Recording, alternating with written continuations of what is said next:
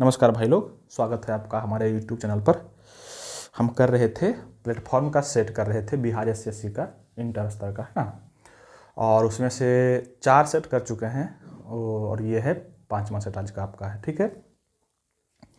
तो देखो, कोई लोग कहता है ना कि कैसा है, नहीं है, पता नहीं, नया टीचर है तो कैसा पढ़ाएगा। आप क्या करो ना, सिर्फ 5 से 10 क्वेश्चन, 5-8 क्वेश्चन, 10 क्वेश्चन सिर्फ सुन लो मेरा एक्सप्लेनेशन। सिर्फ 5 क्वेश्चन, ज़्यादा नहीं बोलेंगे। सिर्फ चलो 10 क्वेश्चन, सिर्फ 5 क्वेश्चन सुन लो मेरा एक्सप्लेनेशन। अगर 5 क्वेश्चन एक्सप्लेनेशन सुनने के बाद आपको मज़ा नहीं आया तो फिर आप मेरा नाम बदल देना, ठीक है। सिर्फ 5 क्वेश्चन सुनिए, लेकिन सुनिए ज़रूर, है ना, कि आपको मज़ा आता है कि नहीं। और कोई ऐसा टीचर है जो आपका मतलब कि ऐसा डिस्कशन करवाता होगा, है ना, तो ज़रूर सुनिएगा, बताइएगा कि हाँ यहाँ पे अच्छा होता डिस्कशन। तो यहाँ पे हम लोग सर्च करते हैं, पढ़ते हैं, बाकी ऑन द डॉट, ठीक है। चलिए आगे शुरू करते हैं, ज़्यादा बकवास नहीं करेंगे। हमको पता है आपको बकवास पसंद नहीं है। चलिए आगे शुरू करते हैं। ये टेस्ट सीरीज 5वां है प्लेटफॉर्म के रुक्मणी पब्लिकेशन का, है ना। और इंटर स्तरीय जो बिहार एसएससी निकला है उसमें से, ठीक है। आइए क्वेश्चन नंबर फर्स्ट करते हैं कि निम्नलिखित में से किस वर्ष को पहली बार ग्राम सभा वर्ष घोषित किया गया था। तो इसका आंसर होगा 2009-10 मतलब कि ऑप्शन नंबर बी होगा। ऑप्शन नंबर 20 का हो जाएगा क्या आंसर, है ना। अगर आपसे बात करें कि ग्राम सभा किस अनुच्छेद में है, तो बोलना कि अनुच्छेद 243 के बी में है। 243 के बी में जो है ग्राम सभा का वर्णन किया गया है, ठीक है। अगर यही बात आपको रहे कि पंचायती राज का व्याख्या कहाँ के किया गया है, तो इसका बोलना है आपको आर्टिकल 40 अनुच्छेद 40 में जो किया गया है ना, पंचायती राज की व्याख्या व्यवस्था किया गया है, ठीक है। एक बात इसी से और संबंधित करेंगे कि आपको अभी कभी पढ़े होंगे कि भारत के संविधान में जो है अनुच्छेद नहीं बोल रहे हैं, अनुसूची बोल रहे हैं। अनुसूची मूल संविधान में जो है ना सिर्फ 8 ही को था, है ना। मूल संविधान में कितना था, 8 को, लेकिन अब जो है कुल मिला के 12 अनुसूची है, ठीक है, 12 अनुसूची। तो हम ये क्यों बोल रहे हैं, ये इसलिए बोल रहे हैं कि 11वां अनुसूची, क्या बोल रहे हैं, 11वां अनुसूची 1992 में जोड़ा गया था, है ना। और ये जोड़ा गया है कब, तो ये जोड़ा गया है 73वां संविधान संशोधन के तहत जोड़ा गया है, ठीक है। 11वां अनुसूची तो याद रखिएगा, ठीक है। और इसी से संबंधित 74वां संविधान संशोधन से जोड़ा गया है कौन, नगर निकाय की व्यवस्था, नगर निगम की व्यवस्था किया गया है, ठीक है। तो याद रखना, इसमें दिया गया है 29 सब्जेक्ट, उसमें दिया था 18 को सब्जेक्ट दिया गया है, ठीक है। यहाँ से आपको बात याद रखनी है ये सारी, ठीक है। चलिए क्वेश्चन नंबर दूसरा करते हैं कि पंचशील समझौता किन 2 देशों के बीच हुआ था। हाँ, पंचशील समझौता। देखो, अच्छा, ये अगर इस तरह का कुछ समझौता दो आता है और आपको टेढ़ा लगता है तो क्या करना है, कुछ नहीं करना, बस देखो सिर्फ पंचशील कैसे लिखा हुआ है। सिर्फ आप ध्यान से देखो कि पंचशील लिखा हुआ है तो कैसे लिखा हुआ है। देखिए तो पंचशील कैसे लिखा हुआ है, ये लिखा हुआ दिखेगा आपको ना, ये इस तरह से दिखेगा आपको पंचशील। देखो तो यहाँ पे 5 से 5 दिख रहा है, 4 से 4 दिख रहा है, मतलब अच्छा इधर तो 1900 रहबे करेगा। मतलब कि ये समझौता जो पंचशील हुआ है वो कब हुआ है, 1954 में हुआ, 5-4 में हुआ है। तो यहाँ से ट्रिक लगा के आपको याद रखना है इस चीज़ को कि कब हुआ है ना। अच्छा, यहाँ से रखते हैं 4 से चीन। तो कोई कन्फ्यूज हो जाता है कि किस देश के साथ हुआ है, कभी कभी पाकिस्तान आता है इसमें नाम, है ना। तो नहीं, पाकिस्तान से नहीं हुआ, 4 से रखना चीन। ये समझौता जो हुआ पंचशील किसके साथ हुआ है, चीन के साथ हुआ है। कब हुआ है, तो 1954 में हुआ है ना, 54 में। अच्छा, 1954 में भारत के प्रधानमंत्री कौन थे, तो आपको पता होगा 1954 में भारत के प्रधानमंत्री जो थे नेहरू जी थे, है ना। नेहरू जी थे।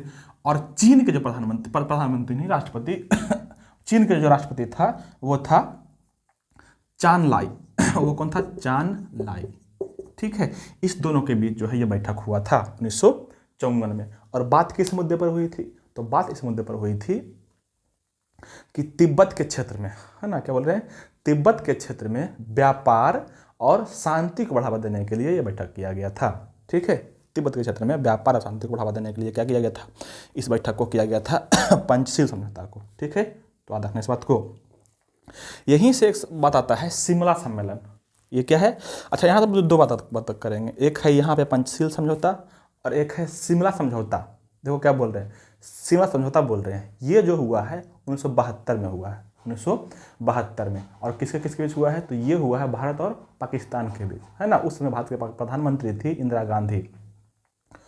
और पाकिस्तान के प्रधानमंत्री था जुल्फ़िकार अली भुट्टो। कौन था? जुल्फ़िकार अली भुट्टो। इस दोनों के बीच जो बातचीत हुआ है वो जम्मू कश्मीर जो विवादित मुद्दा है ना, उसी मुद्दे पर उसी को सॉल्व करने के लिए किया गया था। ठीक है, तो यहाँ से बात रखना क्या? शिमला सम्मेलन, शिमला समझौता था ये। क्या था? शिमला समझौता 1972 में। ठीक है, और जस्ट अगर रहे शिमला सम्मेलन, शिमला सम्मेलन तो ये हुआ था 1945 ईस्वी में, मतलब जब हम लोग गुलाम थे तभी ये 1945 ईस्वी में हुआ था, है ना। और ये किसके किसके बीच हुआ था? तो देखो, ऐसे तो अगर आपको याद रखना है तो याद रखिएगा कि महात्मा गांधी और जिन्ना के बीच हुआ था। कहाँ? किसके बीच? महात्मा गांधी और मोहम्मद अली जिन्ना के बीच हुआ था। ठीक है, लेकिन इसके अलावे इसमें जो है ना 21 गो नेता शामिल था, 21 गो नेता, और ये हुआ था शिमला में, इसलिए इसका नाम दिया जाता है शिमला सम्मेलन, शिमला सम्मेलन। ये जो अच्छा पूछ दे अगर सवाल आपको जानना है कि क्यों हुआ था, तो ये इसलिए हुआ था शिमला सम्मेलन क्योंकि देखो 1945 में ही आया था एक बेबल प्लान। उस समय हमारे वायसराय जो था भारत के, कौन था?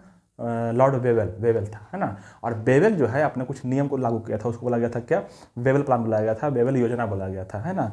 उसी योजना से संतुष्ट नहीं थे भारतीय लोग, है ना। तो उसी मुद्दे पर बात करने के लिए गांधी और जिन्ना सहित 21 नेताओं का सम्मेलन हुआ था शिमला में, उसको कहता है शिमला सम्मेलन। ठीक है, ये हो गया।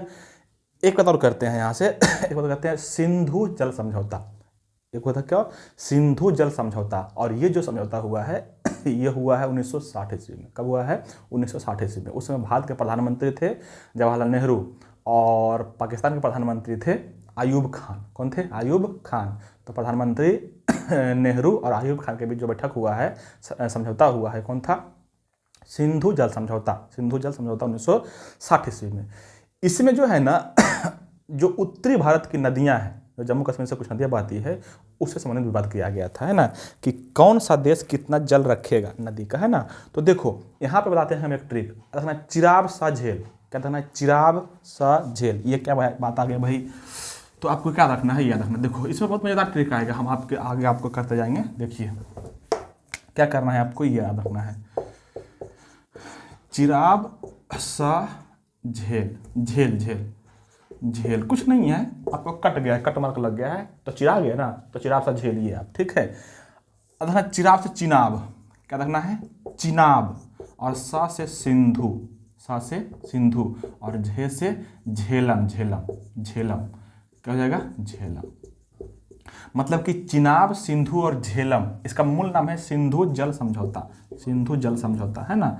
तो चिनाब, सिंधु और झेलम, इस 3 नदी पर समझौता हुआ था। और इसमें से कहा गया था कि इस 3 नदी का जल जो है ना 80% जल पाकिस्तान के पास रहेगा, पाकिस्तान यूज करेगा, पाकिस्तान यूज करेगा इसका, इस 3 नदी में से 80% जल का।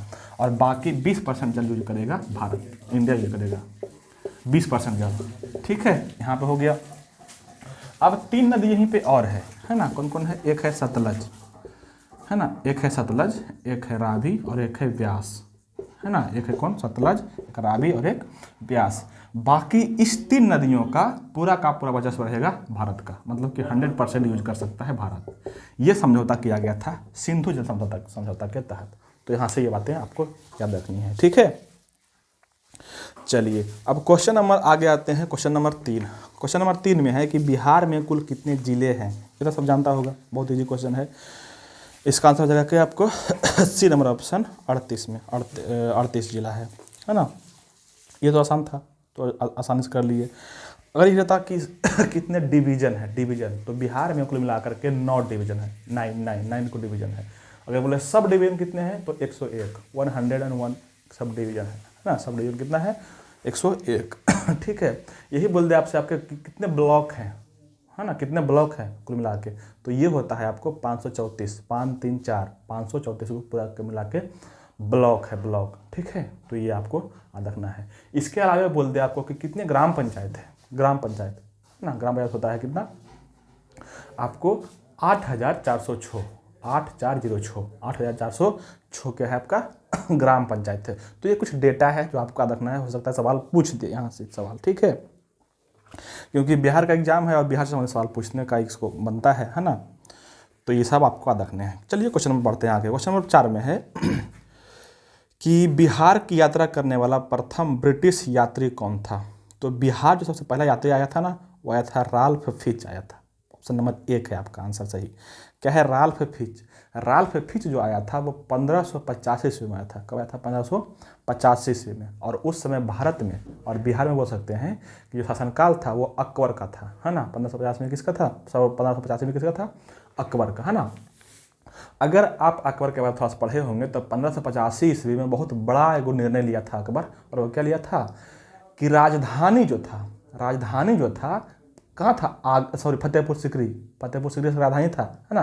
अच्छा, थोड़ा बैठ के चलते हैं। और अकबर ही क्या किया था? देखो, अकबर से पहले मतलब कौन? हुमायूं के शासनकाल में जो थी आपका राजधानी था वो कहाँ पे था? वो था आगरा में, है ना। और आगरा से फतेहपुर सीकरी लाया था 1575 ईस्वी में। कौन? अकबर। 1575 ईस्वी में आगरा से फतेहपुर लाया कौन? ये अकबर। और फिर 1585 ईस्वी में फतेहपुर से ले चल गया लाहौर। तो दो बार चेंज हुआ राजधानी, है ना। 1585 में क्या हुआ? फतेहपुर से कहाँ चल गया? लाहौर चल गया राजधानी को अकबर, है ना। तो यहाँ से देखना, ये कब हुआ था? बात कर रहे थे किसका? राल्फ फिच की। ये कब आया है? 1585 में आया, मतलब अकबर के शासनकाल में आया है ना। और यह आया था किस रास्ते से? तो यहाँ से इसका वर्णन मिलता है कि पहले आया था ये कहाँ? बनारस में। बनारस से आ गया कहाँ? पटना से गया कहाँ? बंगाल। और बंगाल से चल गया सीधा कहाँ? पूरब की ओर चल गया, मतलब बर्मा की ओर चल गया, जिसको आज कल बोलते हैं म्यांमार चल गया। वहाँ से इसका लिखित इतिहास मिलता है कि इस तरह से इस रास्ते से वो गया था। तो बिहार पटना में पड़ता है, सॉरी क्या बोल दिया, पटना बिहार पड़ता है। हाँ, तो मतलब कि पटना से गया था ये, है ना। तो इस तरह से, ठीक है, तो बिहार आया था। अच्छा, ये जो है ना, इसके बारे में बहुत बढ़िया बात लिखा हुआ है कि राल्फ फिच जो है आगरा और फतेहपुर सीकरी, आगरा और फतेहपुर सीकरी को उस समय के लंदन से बढ़िया शहर बताया था। लंदन से बढ़िया शहर था ये आगरा और फतेहपुर सीकरी। आज देखो लंदन कहाँ पहुँच गया, हम लोग कहाँ पर रह गए। आजकल तो फतेहपुर सीकरी का पता ही नहीं चलता है कहाँ है ना। आगरा में तो ताजमहल उसके चलते उसका वजूद बचा हुआ है, अदरवाइज वो भी ख़त्म हो जाता है ना। तो यहाँ से ये बात आपको याद नहीं राल्फ फिच के बारे में, ठीक है। एक बात जो ये लिखा हुआ है टॉमस रो, ये आया है 1615 ईस्वी में, 1615 ईस्वी में। और उस समय था जहांगीर का शासनकाल। जहांगीर का शासन पता होगा आपको। 1605 ईस्वी में अकबर का मर गया था, तो 1605 ईस्वी में कौन बैठा था? जहांगीर, है ना। और 1605 से 1628 तक रहा था कौन? जहांगीर। 1628 तक कौन? जहांगीर। और 1628 में आया था कौन फिर? जहांगीर के बाद उसका बेटा शाहजहाँ 1628 से 1657 तक रहा था। 1657 से 1707 तक रहा था कौन? आपको औरंगजेब, है ना। ये मूल शासक थे आपके, ठीक है। और टॉमस रो कब आया था? 1616 ईस्वी के आसपास, ठीक है।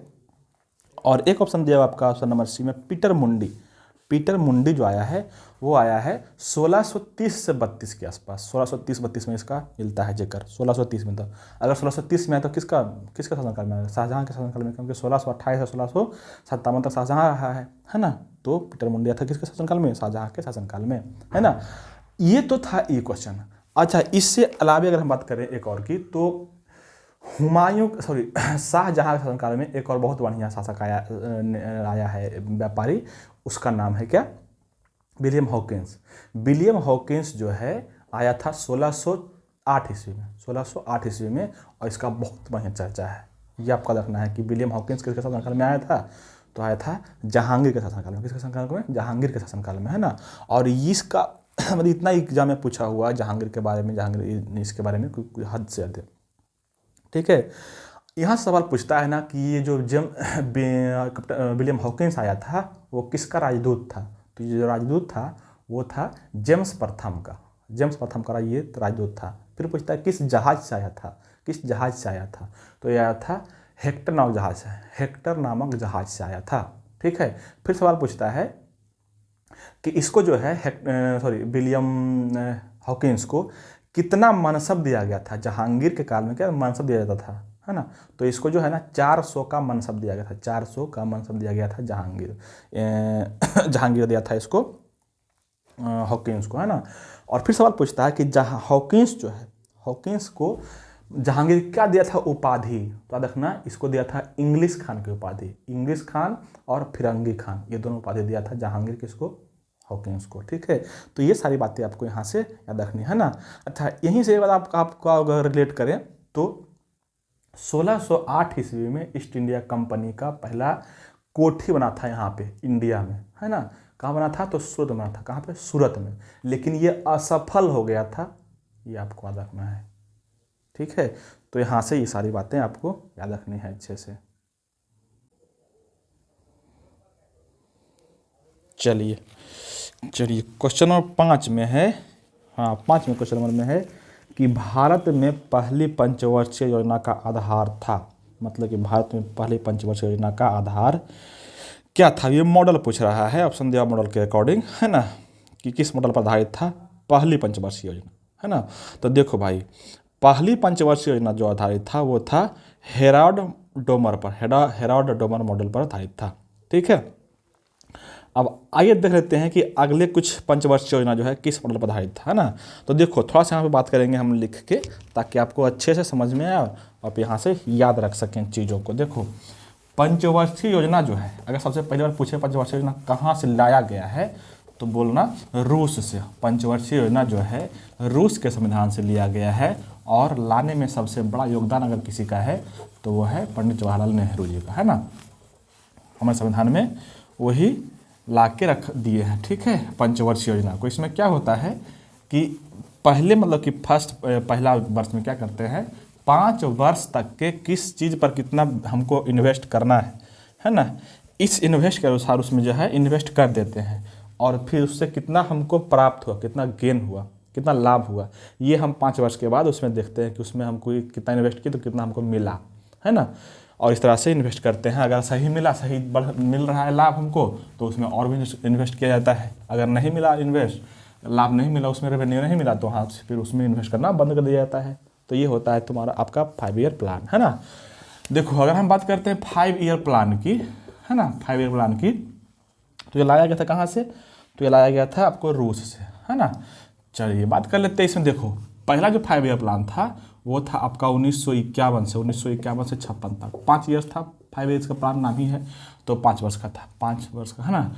1951 से 56 तक। दूसरा जो प्लान था वो था 56 से 61 तक, 5 वर्ष। फिर था 61 से 67 तक, सॉरी 61 से कितना हो जाएगा, 66, 6 वर्ष, 5 वर्ष ना, 66 तक, ठीक है।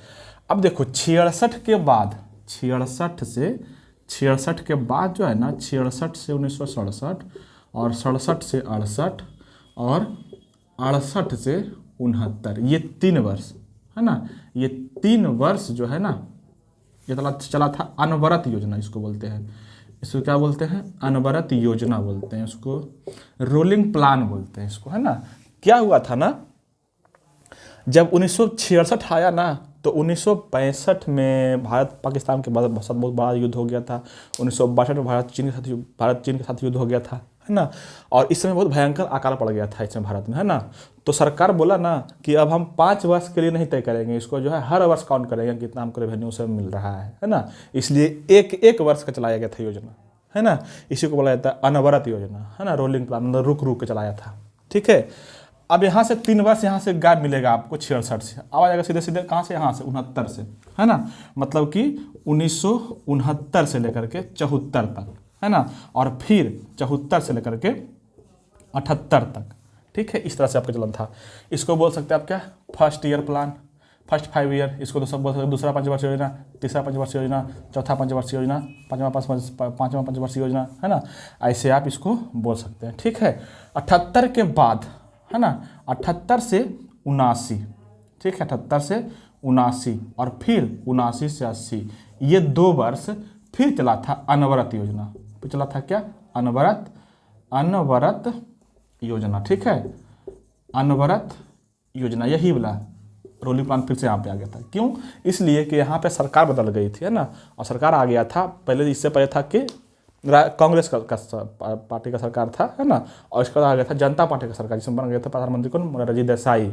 तो उन्होंने बोला ना कि नहीं, हम ऐसे नहीं चलाएंगे, हम 5 वर्ष पर काउंट नहीं करेंगे, हम हर एक वर्ष काउंट करेंगे किस चीज़ से हमको कितना रेवेन्यू मिल रहा है ना। इसलिए उन्होंने लाया क्या, अनवरत योजना 1979 से 80, 78 से 79 और 79 से 80, ठीक है। तो यहाँ पे इसको रद्द कर दिया गया था पंचवर्षीय योजना को, कि कब, 78 में। ये बात को आपको रखना है, ठीक है। और अब अच्छा, यहाँ पे फिर से जब 80 आया तो फिर से सरकार क्या हो गया, मोरारजी सरकार गिर गया, है ना, और फिर से आ गया कांग्रेस। मतलब कि 1980 से लेकर के 85 तक चला था। ये कौन? छठवीं पंचवर्षीय योजना, है ना। तो इस तरह से पंचवर्षीय योजना चला था, ठीक है। कभी और बताएंगे और पूरे डिटेल में। हमको यहाँ पे सवाल पूछा है ना कि किस मॉडल पर आधारित है। देखो कम से कम इस 6 का नाम रखना है आपको, 6 का मतलब क्या रखना है कि किस पर आधारित था। हम सब का नाम देते हैं। देखो जो पहला मॉडल है वो कौन है? हेराल्ड मॉडल, है ना। पहला जो है हेराल्ड डोमर मॉडल पर है। हेराल्ड डोमर मॉडल पर पहला पंचवर्षीय योजना हो गया। दूसरा जो आधारित है वो है महालनोबिस पर। दूसरा कौन है? किस पर है? महालनोबिस पर, ठीक है।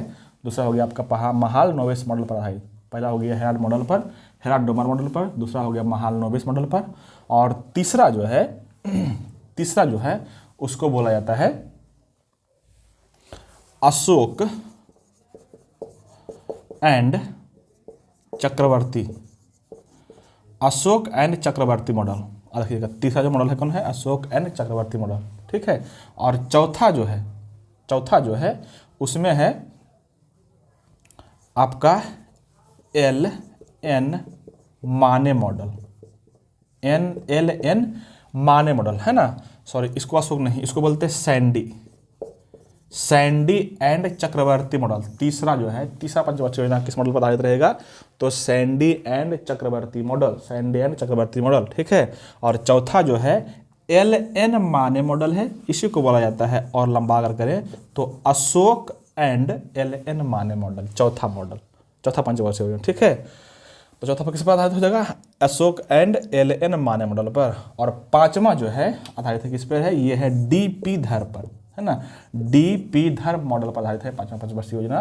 जबकि छठा पंचवर्षीय योजना जो है वो है आयात निर्यात पर आधारित। किस पर है? आयात निर्यात, एक्सपोर्ट इंपोर्ट पर आधारित है छठा पंचवर्षीय योजना। तो इस तरह से कम 6 को शुरुआती 6 पंचवर्षीय योजना का मॉडल आपको याद रखना है, ठीक है। हम बोल चुके हैं। पहला है कौन पर? Herald Domar. दूसरा है महालनोबिस। तीसरा है सैंडी एंड चक्रवर्ती। चौथा है अशोक एंड LN माने मॉडल। और पांचवा जो है DP धर मॉडल पर है। और छठा जो है आयात निर्यात एक्सपोर्ट इंपोर्ट पर आधारित है ना। तो इस तरह से मॉडल का नाम कम से कम यहाँ से आपको याद रखना है, ठीक है। ये था आपका क्या? Question number 5। और नेक्स्ट में चलते हैं क्वेश्चन नंबर 6। क्वेश्चन नंबर 6 में है कि दिल्ली का कौन सा सुल्तान अशोक स्तंभ को कौशाम्बी और टोपरा से दिल्ली हस्तांतरित किया? देखो हस्तांतरित क्या मतलब कि वहाँ से वहाँ लाया, है ना। तो ये जो लाया है ना, अशोक के स्तंभ को लाया है जो है दिल्ली, वो लाया है फिरोज शाह तुगलक। मतलब ऑप्शन नंबर सी हो जाएगा। ऑप्शन नंबर सी हो जाएगा इसका क्या? राइट आंसर, फिरोज शाह तुगलक, ठीक है। अगर हम बात करें हैं फिरोज शाह तुगलक की, है ना, अगर हम बात करते हैं किसकी? फिरोज शाह तुगलक की। तो फिरोज शाह तुगलक जो है ना, तुगलक वंश के तीसरा शासक था, तीसरा और बहुत ही इम्पोर्टेंट शासक हुआ था, है ना। इसका कार्यकाल कब से कब तक था, है ना।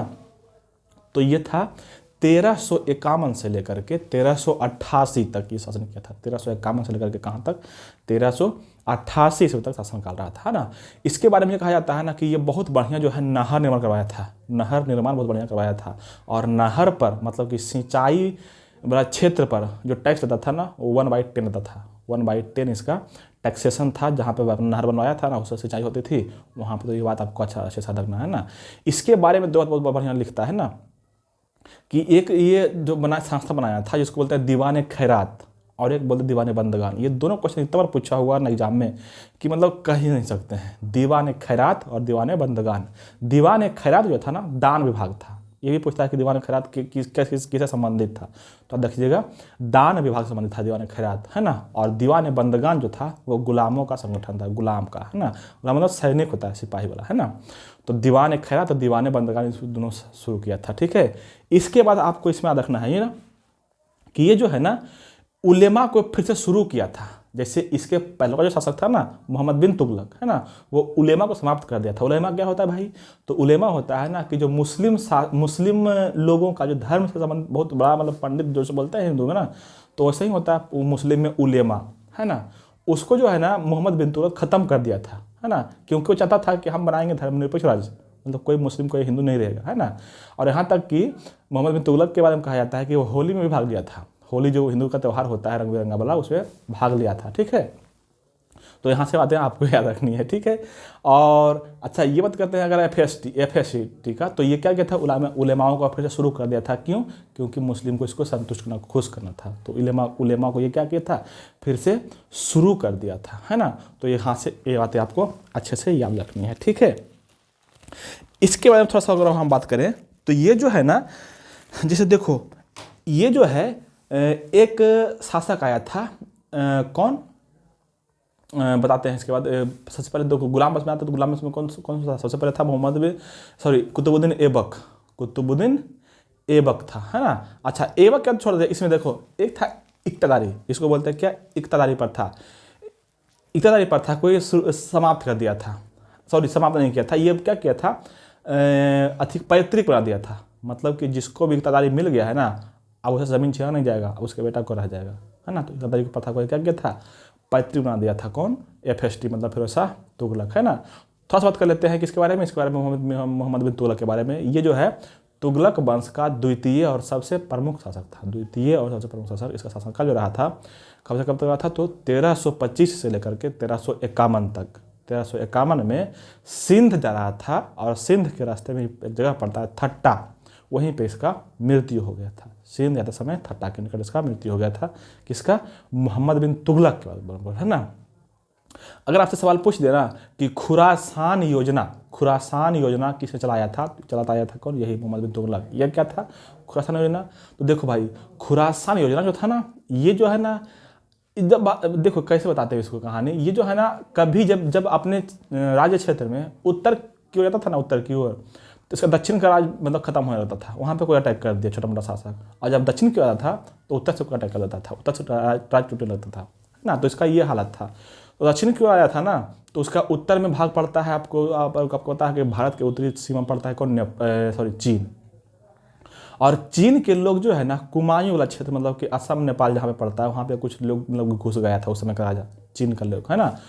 तो उसी को हटाने के लिए चलाया गया था क्या, खुरासान योजना, है ना। तो याद रखिएगा, खुरासान योजना चलाया गया था। कुमायूं के पहाड़ी में जाके सेनाओं को घुसा दिया था, और कहा जाता है ना कि 8000 सेना में से मात्र 10 या 20 सेना कुछ बच के आया था, 10 सेना बच के आया था, है ना। तो याद रखिएगा यहाँ से ये सारी बातें। खुरासान योजना लगा था MBT मतलब मोहम्मद बिन तुगलक, है ना। ये जो है ना, राजधानी भी परिवर्तन किया था। राजधानी को लाया था कहाँ पे? दौलताबाद लाया था। कहाँ पे? दौलताबाद लाया था, है ना। तो रखिएगा, अगर पूछ देना कि दौलताबाद शहर जो है किसने बसाया था, है ना। दौलताबाद से देवगिरी आया था, है ना। दौलताबाद से कहाँ आया था? देवगिरी पड़ता दक्षिण में, क्योंकि दक्षिण में भारत को कंट्रोल इसको करना था, है ना। तो इसलिए अगर पूछ दे कि दौलताबाद किसने बसाया था, दौलताबाद बसाया था जिसका पहले का शासक कौन था? गयासुद्दीन तुगलक वो था, है ना, जो 1320 ईस्वी में तुगलक वंश की स्थापना किया था। देखिएगा, तुगलक वंश की स्थापना कौन किया था? गयासुद्दीन तुगलक 1320 ईस्वी में, ठीक है। तो यहाँ से ये सारी बातें आपको याद रखनी है। अच्छा, अगर ये सवाल पूछ दे कि किस दिल्ली के सुल्तान ने सबसे पहली बार नहर निर्माण करवाया था, तो उसका याद रखना, नहर निर्माण सबसे पहले करवाया था यही गयासुद्दीन तुगलक, ठीक है। अगर हम एक बात और करें किसका, इसका मोहम्मद बिन तुगलक का, तो ये जो है ना सांकेतिक मुद्रा चलाया था, जिसको प्रतीक मुद्रा भी बोला जाता है ना, प्रतीक मुद्रा, है ना। लेकिन ये सांकेतिक मुद्रा जो है ना, इसका असफल हो गया था। इसका कारण था ना कि इसके मतलब कि अगल बगल के क्षेत्र में, राज्य में, है ना, बहुत सारे लोग इसका नकली डुप्लीकेट बना लिया था सिक्का, और वो आ गया था प्रचलन में। तो ये फिर से इसको हटाना पड़ गया। तो याद रखिएगा इसको, ठीक है। यहाँ से अच्छा, इसी से संबंधित बात आपको गौर करना है यहाँ पे कि यही जो है MBT मोहम्मद बिन तुगलक ही है जो एक अथी किया था, दीवान अर्ज, है ना, दीवान कोही, है ना। ये क्या था, क्या ये क्या था? कृषि विभाग का स्थापना, है ना। कोही करके याद रखिएगा, दीवान कोही क्या था, क्या कृषि विभाग का स्थापना किया था। तो यहाँ से बात है आपको ये याद रखनी है, ठीक है। उसके बाद आते हैं, अच्छा ये यहाँ से बात फेस्टी के बारे में कि चला था ये चांदी का सिक्का और तांबा का सिक्का दोनों का। तो चांदी का सिक्का था, उसको बोला जाता था अद्धा, है ना। और तांबा का सिक्का जो चलाता था कि उसका नाम दिया था बिख। तो चांदी का अद्धा और तांबा का बिख किसे चलाया था पहली बार? तो चलाया था कौन? FST फिरोज शाह तुगलक। तो यहाँ से बात सारी याद रखनी है, ठीक है। तो ये था आपका ये। अच्छा, क्वेश्चन का इसका आंसर तो वही था FST के बारे में, FST, है ना। अगर हम बात करते हैं किसका, कुतुबुद्दीन ऐबक का, तो कुतुबुद्दीन ऐबक जो है क्या गुलाम वंश का संस्थापक था, जो 1200 ईस्वी में स्थापना हुआ गुलाम वंश के। है ना। 1224 ईस्वी में स्थापना हुआ था। कहाँ पे स्थापना हुआ था, किसे स्थापना हुआ था? तो देखो मोहम्मद गौरी जो भारत पर आक्रमण किया था, अपने क्षेत्र को लूटपाट मचा के ना, इसी अपने उसका मोहम्मद गौरी का गुलाम था यही कुतुबुद्दीन ऐबक, इसी को दे दिया था अपना क्षेत्र और अपने मतलब घर पे लौट गया था, है ना।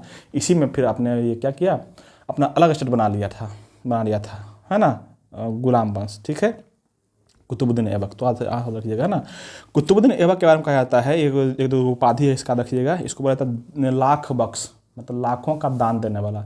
इसको बोला जाता है पील बख्श, मतलब कि पील मतलब होता है हाथियों का दान देने वाला भी कहा जाता है ना।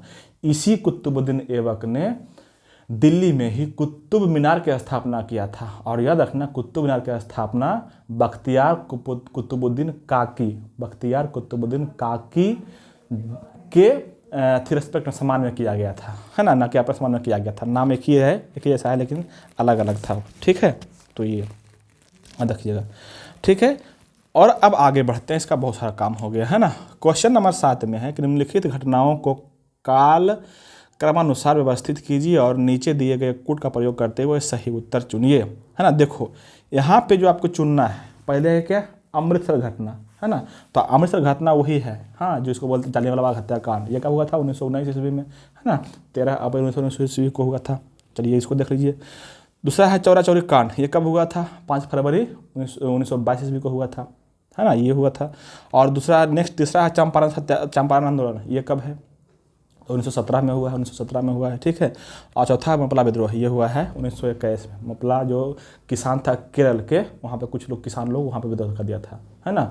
तो इसका अरेंजमेंट क्या हो जाएगा? पहला हो जाएगा कौन? आपको 1917 वाला चंपारण आंदोलन, मतलब ऑप्शन नंबर सी, है ना। सी देखो, सी में ही है, डी में भी है। और इसके बाद क्या हो जाएगा? 1917 हो गया। फिर कौन हो जाएगा? 1919, मतलब अमृतसर, मतलब एक, ऑप्शन नंबर 1।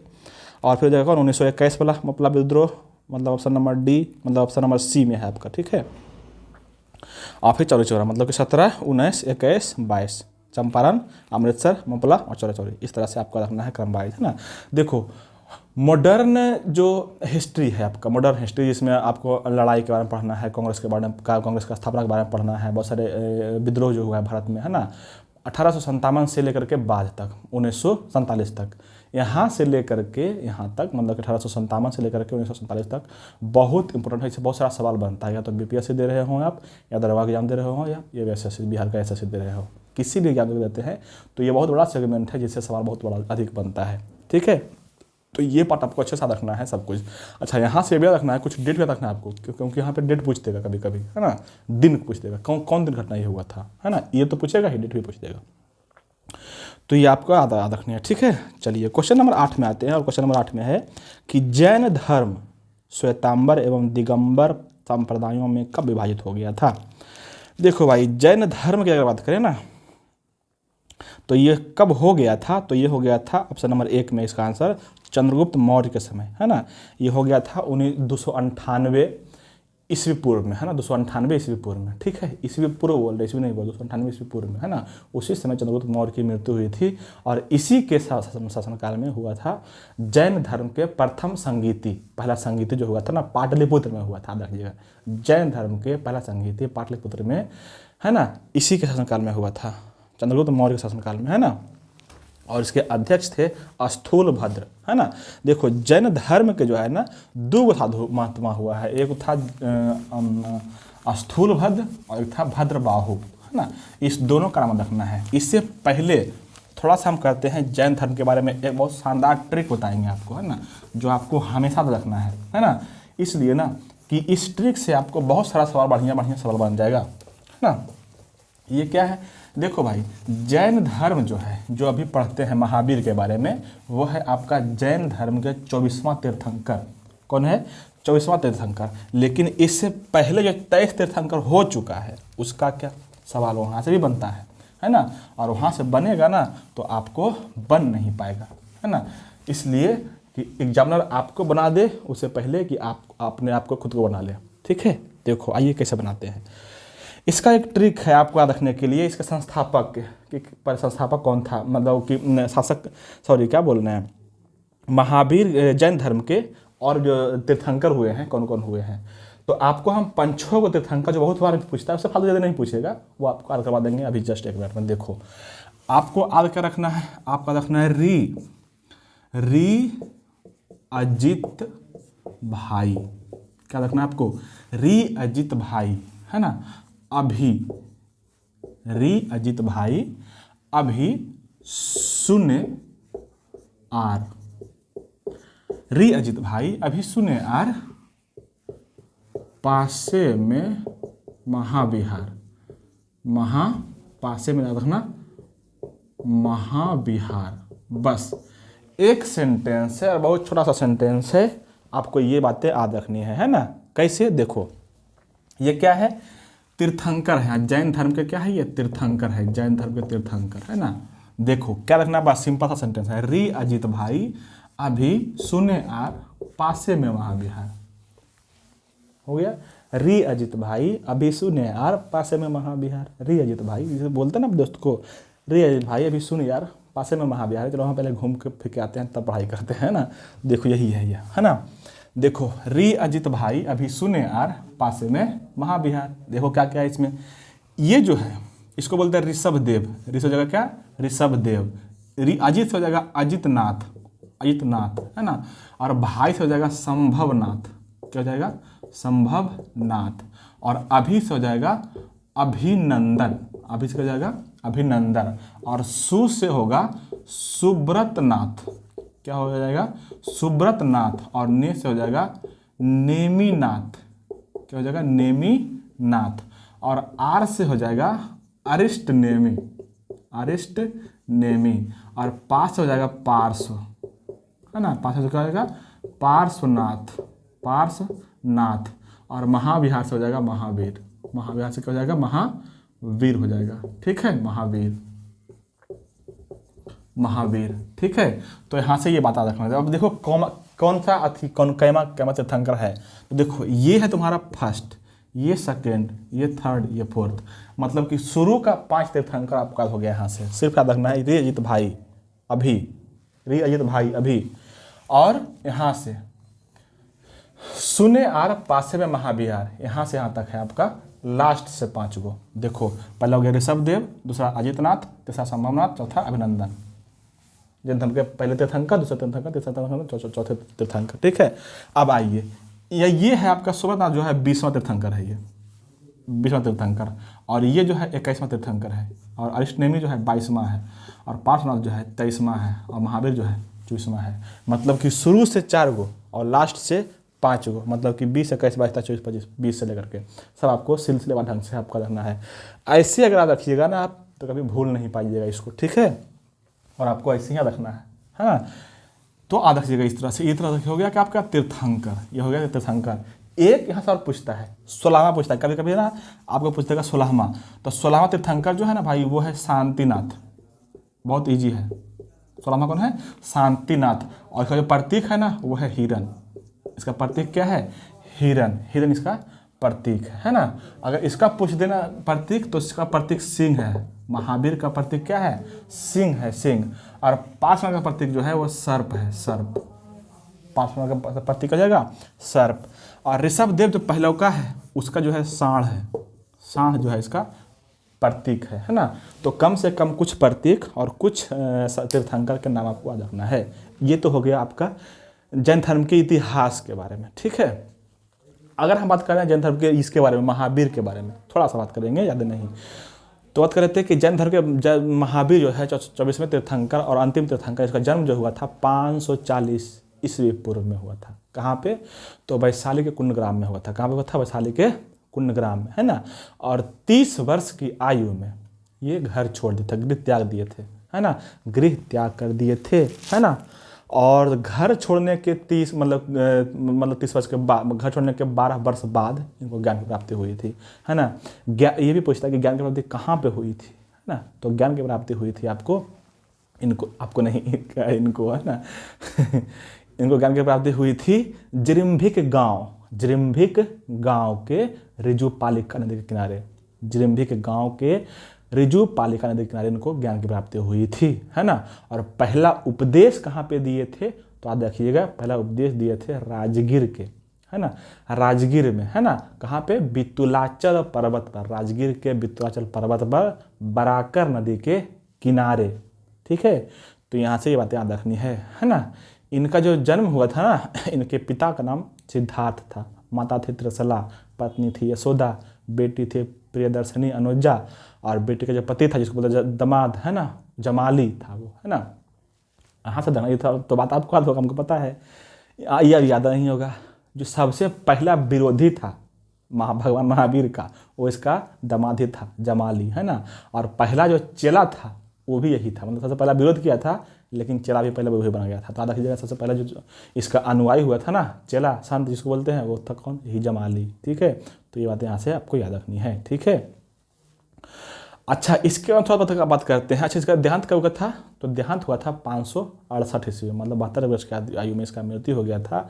कहाँ पे? तो पावापुरी में, है ना। यहीं पे पावापुरी पड़ता जो बिहार राजगीर में, वहाँ पावापुरी में इसका देहांत हो गया था, ठीक है। ये सारी बातें आपको अच्छे से याद रखनी है, ठीक है। अगर हम बात करें जैन धर्म से संबंधित कुछ और, है ना, तो जैन धर्म का जो प्रमुख ग्रंथ है, हाँ, जिसको बोला जाता है क्या, आगम। जैन धर्म का प्रमुख ग्रंथ अगर पूछिए तो क्या बोलना है आपको? आगम बोलना है, आगम, है ना। आगम समझते हैं ना आप? तो ही आगम जो है ये है क्या, इसका जैन धर्म का ग्रंथ, है ना। अगर हम बात करते हैं इसी का एक ग्रंथ कल्पसूत्र, आधा की जगह बहुत पूछा क्वेश्चन है ये। कल्पसूत्र के लेखक कौन है? तो कल्पसूत्र के लेखक जो है ना वो है भद्रबाहु। कल्पसूत्र का अगर आपसे पूछ दे लेखक कोई, तो क्या बोलना है? भद्रबाहु बोलिएगा, भद्रबाहु, है ना, भद्रबाहु। एक इसी का है भगवती सूत्र। भगवती सूत्र, भगवती सूत्र में उस समय के 16 महाजनपद का उल्लेख मिलता है। तो याद रखिएगा, सवाल ऐसे पूछता है कि जैन धर्म के किस ग्रंथ में 16 महाजनपद का उल्लेख मिलता है? तो यही भगवती सूत्र है ना। यही सवाल पूछ दे कि बौद्ध धर्म के किस ग्रंथ में 16 महाजनपद का उल्लेख मिलता है? तो होता है अंगुत्तर निकाय, वो बौद्ध धर्म का है। और ये भगवती जो है, भगवती सूत्र जो है वो जैन धर्म का है। वो कौन है? जैन धर्म का है, ठीक है। तो ये बात यहाँ से रखना है भगवती सूत्र के बारे में, है ना। एक और है आपका अचरांग सूत्र। अचरांग सूत्र है, हाँ, अचरांग सूत्र है ना। अचरांग सूत्र क्या है? तो ये भी जैन धर्म का ग्रंथ ही है, जैन धर्म का ही ग्रंथ है अचरांग सूत्र, है ना। इसमें जैन भिक्षुओं के आचार व नियमों का उल्लेख मिलता है। अचरांग सूत्र में क्या था? जैन धर्म के आचार भिक्षुओं के उसका उल्लेख में रहता है ना। उसका कानून का किताब है, ठीक है, अचरांग सूत्र। तो ये कुछ बातें आपको याद रखनी है अच्छे से, ठीक है। अगर हम बात करते हैं इसके संगीति का, है ना, तो इसका पहला जो संगीति हुआ था वह हुआ था वही स्थूलभद्र के अध्यक्षता में। वही कब? 298 ईस्वी पूर्व में। कहीं कहीं पे 300 ईस्वी पूर्व भी लिखा है, घबराना नहीं है। कहीं पे 298 लिखता है, कहीं पे 300 ईस्वी पूर्व लिखता है ना। और उस कहाँ पे हुआ था? तो ये पाटलिपुत्र पटना में ही हुआ था। और उसमें पाटलिपुत्र के शासक कौन थे? चंद्रगुप्त मौर्य थे, चंद्रगुप्त मौर्य थे, ठीक है, चंद्रगुप्त मौर्य, ठीक है। यहाँ से रखिएगा, है ना। और 298 में ही उनका मृत्यु भी हो गया था। आपको पता होगा चंद्रगुप्त मौर्य जो है, मौर्य वंश के संस्थापक थे। स्थापना कब किए थे? 322 ईस्वी पूर्व में। और 298 ईस्वी पूर्व में कर्नाटक के सरवनबेलगोला में इसका मृत्यु हो गया था, है ना। उसका शासक कौन बना था? बिंदुसार बना था। उसके बाद जो बना था, कौन बना था? अशोक। तो पता होगा आपको कि 261 ईस्वी पूर्व में अशोक जो है कलिंग पर जो है आक्रमण किया था। 261 ईस्वी पूर्व में वो आया था, है ना। तो ये सारी कहानी आपको यहाँ से याद रखनी है, हाँ। क्या कर रहे थे? कर रहे थे इसका प्रथम, अच्छा, प्रथम जो बौद्ध जैन संगीति हुआ था कब? 298 या 300 ईस्वी पूर्व में। उसी समय हीनयान और महायान दो अलग धर्म में बट गया, दो अलग भाग में बट गया था जैन धर्म, है ना। और जो हीनयान था, है ना, उसकी जो अध्यक्षता करी थी, है ना, वो थे स्थूलभद्र, है ना। हीनयान के हो गया कौन? भद्रबाहु। और महायान के हो गया स्थूलभद्र। तो याद रखिएगा, जो हीनयान था ना, ये हम कहाँ चल गए? हम बौद्ध में चल गए। ये जो सॉरी भाई, जैन धर्म जो है दो भाग में था। कौन? श्वेतांबर और दिगंबर में। श्वेतांबर और दिगंबर में, है। श्वेतांबर जो था वो श्वेत कपड़ा पहनता था, और उसके जो अगुवाई किए थे, उसका जो अगुवा बने थे वो बने थे कौन? स्थूलभद्र, है ना, श्वेतांबर का। और दिगंबर जो था वो नंगे रहता था, है ना। उसका अगुवा कौन किया था? भद्रबाहु क्या था? भद्रबाहु, ठीक है। ये था पहला संगीति। तो ये दो भाग बट गया था किसमें? पहला संगीति में, है ना। कहाँ पे? पाटलिपुत्र में, है ना, प्रथम संगीति में, ठीक है। चलिए, अच्छा, इसके बाद दूसरा संगीति कब हुआ था? दूसरा संगीति हुआ था कब? आपको ये हुआ था 512 ईस्वी में। कहीं पे 512 लिखा रहता है, ईस्वी लिखा रहता है। अच्छा, ये ईस्वी पूर्व नहीं बोल रहे हैं, ईस्वी बोल रहे हैं। 512 ईस्वी में, है ना, या कहीं कहीं पे लिखा रहेगा सीधे सीधे छठी शताब्दी में। अरे तो 512 ईस्वी छठी शताब्दी ये होगा ना, है ना, वही है, ठीक है। और ये जो हुआ था छठी शताब्दी में हुआ था, वो कहाँ पे हुआ था? गुजरात के बल्लभी एक जगह पड़ता है ना, वहीं पे हुआ था, गुजरात के बल्लभी जगह में हुआ था। यह आपको याद रखना है ना। और अगर ये पूछ दे कि किसके शासन इसमें अध्यक्षता कौन किया था, तो इसका अध्यक्षता जो किया था वो क्या था? क्षमा श्रवण इसकी अध्यक्षता किए थे, है ना। तो ये सारी बातें आपको यहाँ से याद रखनी है। अब हमको लगता है इसका पूरा का पूरा कहानी खत्म हो गया, ठीक है। चलिए क्वेश्चन नंबर बढ़ते हैं आगे, और क्वेश्चन नंबर 9 में है कि प्रसिद्ध रेशम मार्ग पर किस वंश के शासकों का अधिकार था? तो रेशम मार्ग जो है ना भाई, वो अधिकार जो था वो था कुषाण का। कुषाण में से भी किसका? तो कनिष्क का। अगर हम बात करें कुषाण वंश, तो ये कब था? तो ये लगभग ऐसा माना जाता है कि 1 ईस्वी के आसपास यही मतलब शासन कर रहा था भारत में, है ना, 1 ईस्वी के आसपास, है ना। अगर पूछ दे कुषाण वंश की राजधानी कहाँ, सॉरी इसका संस्थापक कौन था, तो इसका कुजुल कडफिसस इसका संस्थापक था। कुषाण वंश का संस्थापक कौन था? कुजुल कडफिसस। लेकिन इसका वास्तविक संस्थापक माना जाता है किसको? बिम कडफिसस को। कुजुल कडफिसस के बाद आया था बिम कडफिसस, उसको माना जाता है वास्तविक संस्थापक। और कुषाण वंश का जो सबसे महत्वपूर्ण और सबसे प्रतापी शासक जो था वो था कनिष्क, है ना। अगर पूछे तक कुषाण वंश की राजधानी कहाँ पे था, तो बोलिएगा पुरुषपुर इसका कहाँ था? राजधानी। और सेकेंड राजधानी था इसका मथुरा। सेकेंड राजधानी कहाँ पे था? मथुरा, है ना। पुरुषपुर पड़ता है आपको यहाँ पे जम्मू कश्मीर के आसपास, जम्मू कश्मीर पड़ता है ना, उत्तरी रीजन में ये काम किया था, है ना। एक सवाल इससे बहुत बढ़िया पूछता है कुषाण वंश से कि कुषाण वंश जो है किस शैली का प्रयोग किया था यहाँ पे, है ना। तो गांधार शैली, जो मंदिर और मूर्ति निर्माण की जो शैली थी ना, गांधार शैली, वो यही शुरू किया था सबसे पहले भारत में, है ना। इंडो ग्रीक शैली था ये, इंडिया और ग्रीक का मिक्सचर था। और मथुरा शैली का विकास भी यही किया था। तो गांधार शैली और मथुरा शैली दोनों का विकास कब हुआ? कुषाण वंश के कनिष्क के शासनकाल में हुआ था।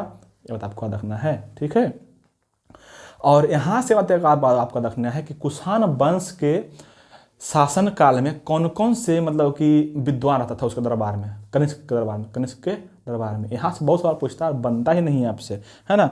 तो इसके लिए हम क्या किए हैं ना, आपके लिए एक ट्रिक लाए हैं कि आपको ट्रिक से याद रखना है कि कौन कौन से इसके दरबार में रहता था, है ना। देखो आपको कुछ नहीं करना है, बस एक सिंपल सेंटेंस, और उसमें भी बहुत मज़ेदार सेंटेंस आपको याद रखना है ना। और वो क्या रखना है? तो वो याद रखना है, ये याद रखना है आपको कि कुषाण वंश के शासनकाल में कौन कौन से वहाँ पे रहते थे उसके दरबार में। याद रखना क्या? अश्व पर नाच, क्या याद रखना है?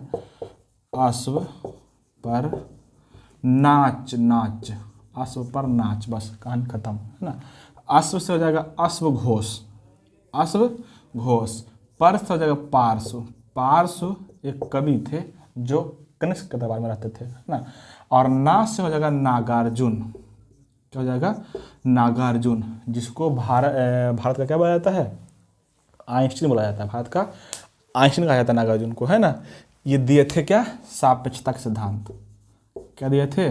सापेक्षता के सिद्धांत दिए थे, है ना। और यही दिए थे शून्यवाद दिए थे, है ना। जो क्या बोला जाता है? भारत के आइंस्टीन बोला जाता है, आइंस्टीन। तो ये बात आपको रखना है, ये सारे बात नागार्जुन से, है ना, किसके दरबार में? कनिष्क के दरबार में, है ना। और चा से होता है चरक, जो कि डॉक्टर थे, है ना। तो यह बातें आपको रखनी है कनिष्क से संबंधित, ठीक है। चलिए और अब आगे बढ़ते हैं और आते हैं क्वेश्चन। अच्छा, इसमें बहुत सारा चीज़ है कि ये ऑप्शन नंबर 1 में दिया आपका मौर्य शासन के बारे में, है ना। अच्छा, जो क्वेश्चन था वो तो करवे नहीं किए। कुषाण का जो ये लिखा हुआ रेशम मार्ग आपका, वो रेशम मार्ग जो है ना बहुत लंबा था, है ना। भूमध्य सागर से होते हुए, लाल सागर से होते हुए, बहुत मतलब कि लंबा था। भूमध्य सागर, लाल सागर सब इसी में आता था रेशम मार्ग, इसके रेशम मार्ग में ही, और पूरे पर इसका अधिकार था। तो चलो उस समय मतलब कि जल में भी सेना को फैला रखा था, है ना। चलिए अच्छा बात कर लेते हैं अगर हम मौर्य वंश के, तो मौर्य वंश का स्थापना कब हुआ था? आप बता रहे थे चंद्रगुप्त मौर्य का था कब? 322 ईस्वी में, 322 ईस्वी पूर्व में, है ना। 322 ईस्वी पूर्व में चंद्रगुप्त मौर्य की स्थापना किए थे 322 ईस्वी में, 322 ईस्वी में, है ना। उसके बाद सबसे प्रतापी शासक आया था मौर्य वंश का, कौन था? बिंदुसार, है ना। और बिंदुसार के बाद आया था कौन? अशोक के बारे में कभी टाइम मिलेगा तो बहुत बड़ी डिटेल से पढ़ाएंगे क्या था अशोक के बारे में पूरा जीवनी, ठीक है। चलिए और नेक्स्ट जो है शक। अगर बात करें शक, तो शक जो भारत में आया था वो क्यों आया था तो देखिएगा, आया था ये चारागाह के लिए, चारागाह की खोज के लिए शक, है ना। और उत्तरी क्षेत्र से प्रवेश किया था शक, है ना, उत्तरी आप बोल सकते हैं कि चीन के क्षेत्र से, है ना। और इसका जो सबसे प्रमुख शासक था वो था रुद्रदामन, है ना। और रुद्रदामन का भी जूनागढ़ अभिलेख है एक, जूनागढ़ अभिलेख किससे संबंधित है तो इसी से है, रुद्रदामन से। सवाल बहुत बार पूछा हुआ है कि जूनागढ़ अभिलेख किससे संबंधित है, तो इसी रुद्रदामन का उल्लेख मिलता है उसमें, ठीक है। आप देखिएगा, है ना। अगर बोलिए कब आया था, तो ये जो भारत में आया था वो आया था 130 ईस्वी, क्या बोले हैं, 130 ईस्वी से 150 ईस्वी के आसपास रहा था, मतलब 150 ईस्वी के आसपास रहा था, यहाँ पे ये रहा था, है ना। कई शासक हुए थे लेकिन रुद्रदामन बहुत फेमस था। उस सवाल आपसे वही पूछेगा, है ना। एक सवाल यहाँ से बनता है और कि रुद्रदामन जो है ना, आपको जो था गिरनार, ये कोची, सॉरी, सुदर्शन झील का जीर्णोद्धार करवाया था। ये क्या करवाया था, सुदर्शन झील का जीर्णोद्धार करवाया था, यही कौन, रुद्रदामन। तो आपको यहाँ से याद रखना है ना। अच्छा, कनिष्क के बाद याद रखना कि सर्वाधिक स्वर्ण के सिक्का, सर्वाधिक शुद्ध स्वर्ण का सिक्का, क्या बोले, सर्वाधिक शुद्ध स्वर्ण का चलाया था, एक चलाया था कनिष्क, है ना। और बोले सर्वाधिक स्वर्ण तो चलवाया था कौन, गुप्त चलवाया था, कौन चलवाया था, गुप्त शासक चलवाया था, गुप्त शासक, है ना। अगर बात करें हम गुप्त शासक के बारे में तो इसका स्थापना कब हुआ था, 240 ईस्वी में। कब हुआ था, 240 ईस्वी में। कौन क्या था, सूर्यगुप्त। उसका आया था कौन, घटोत्कच। उसका कौन आया था, ये चंद्रगुप्त प्रथम। फिर आया था समुद्रगुप्त, फिर आया था चंद्रगुप्त द्वितीय, है ना। और उसके बाद आया था कौन, कुमारगुप्त, है ना। उसके बाद क्या था, स्कंदगुप्त। तो ऐसे ऐसे बहुत सारे इसके गुप्त शासक रहे हैं, है ना। यहाँ तक कम से कम आपको याद रखना है, ठीक है। अगर इसके बारे में थोड़ा सा लंबा करें तो बहुत लंबा हो जाएगा, चलो बाद में बात करेंगे, इसके बाद लंबा चर्चा करेंगे, है ना। क्वेश्चन नंबर 10 में है कि संविधान के निम्नलिखित संशोधनों में से किसके अंतर्गत भारत में महिलाओं के लिए ग्राम पंचायतों में 1/3 स्थान आरक्षित किया गया। इसका जो आंसर होगा भाई वो होगा 73वें संविधान संशोधन के तहत, है ना। देखो, पंचायती राज से जितना भी संबंधित बताएगा ना वो करना है आपको 73वां में, है ना। क्योंकि यही 73वां संविधान संशोधन है जिससे भारतीय संविधान में जोड़ा गया क्या, पंचायती राज जोड़ा गया, है ना। 73वां संविधान संशोधन कब हुआ था, 1992 में हुआ था, 1992 में। और इसी के अगले याद करना 74वां संविधान संशोधन, वो भी कब हुआ था, 1992 में ही हुआ था। लेकिन ध्यान रखना वहाँ थोड़ा सा गलती का बाद आपसे एग्जाम में क्या कि संशोधन तो हुआ था 92 में ही, लेकिन वो लागू हुआ था 93 में। 74वां संविधान संशोधन लागू हुआ था कब, 1993 में। और वो किससे संबंधित है, तो वो है नगर निगम से संबंधित। किससे संबंधित है, नगर निगम से, ठीक है। तो वहाँ से आपको याद रखना है, ठीक है। और इसी में सवाल पूछता है कि ये जोड़ा गया था किस अनुसूची में, तो यहाँ पे देखो अनुसूची ही बढ़ गया था भारत में, संविधान में अनुसूची 11 में जोड़ा गया था कौन, पंचायती राज। और अनुसूची 12 में जोड़ा गया था कौन, नगर निगम के बारे में, है ना। तो अनुसूची 11 में क्या है, पंचायती राज। और अनुसूची 12 में क्या है, नगर निगम के बारे में, ठीक है। याद रखिएगा, ठीक है। चलिए, अगर हम बात करते हैं संविधान संशोधन 70वां संविधान संशोधन के अंतर्गत जो है ना, जैसे यहाँ पे है ना कि दिल्ली के विधानसभा और पुदुचेरी के विधानसभा, मतलब कि दिल्ली और पुदुचेरी के विधानसभा के जो सदस्य होता है, जो निर्वाचित सदस्य होता है ना, उसको ये अधिकार दिया गया कि वो भी अब राष्ट्रपति के निर्वाचक मंडल में शामिल हो सकता है, शामिल हो जाएगा, है ना। तो राष्ट्रपति के निर्वाचक मंडल में शामिल किया गया किसको, दिल्ली और पुदुचेरी के विधानसभा के सदस्य को, है ना। आपको पता होगा कि राष्ट्रपति के निर्वाचक मंडल में कौन कौन शामिल होता है, लोकसभा, राज्यसभा और विधानसभा के निर्वाचित सदस्य शामिल होता है ना। इसी को बोलते हैं कि निर्वाचन की रीति, कि भारत के राष्ट्रपति का निर्वाचन कैसे होगा, इसका वर्णन कहाँ पे है, अनुच्छेद 55 में इसका वर्णन, है ना। 54 में है इसका कार्यकाल के बारे में, कि राष्ट्रपति एक बार चुनेगा तो कई साल रहेगा, 5 साल रहेगा। 54 में कार्यकाल है ना। और अनुच्छेद 53 में है कि संघ के कार्यपालिका शक्ति का प्रमुख जो रहेगा वो रहेगा राष्ट्रपति। और 52 में है कि भारत में एक राष्ट्रपति होगा, अनुच्छेद 52 में, ठीक है। तो ये बातें आपको याद रखनी है। कहाँ पहुँच गए अनुच्छेद में, याद रखिएगा। और अच्छा, 71 में जो है बहुत इंपॉर्टेंट चीज़ है, 71वां संविधान संशोधन में जो है ना, भारतीय संविधान में जो है ना जोड़ा गया 3 गो भाषा, है ना। 71वां संविधान कब हुआ था, 1992 में, याद रखिएगा। 71वां संविधान संशोधन कब हुआ था, 1992 में। और इसमें संविधान में जो है ना 3 गो जोड़ा गया भाषा, कौन कौन, याद रखिएगा। नेमको, क्या रखना आपको, नेमको, नेपाली, मणिपुरी, कोंकणी। नेमको नेपाली, मणिपुरी और कोंकणी, ये 3 सब भाषा को जोड़ा गया था संविधान में, ठीक है। और 2003 में जोड़ा गया था, है ना, 92वां 92वां संविधान संशोधन जो 2003 में हुआ था, इसमें जोड़ा गया था क्या, 4 भाषा, कौन कौन, यहाँ पे मैथिली, संथाली, डोंगरी और बोडो, ये 4 भाषा जोड़ा गया था संविधान में, है ना। तो अब कुल मिला के कितना है, 22 भाषाएं हैं, 22 भाषा है संविधान में, ठीक है। चलिए क्वेश्चन नंबर पढ़ते हैं आगे और देखते हैं क्वेश्चन नंबर आगे क्या है। आगे है ना कि आपको देवनागरी लिपि का सही विकास क्रम क्या है।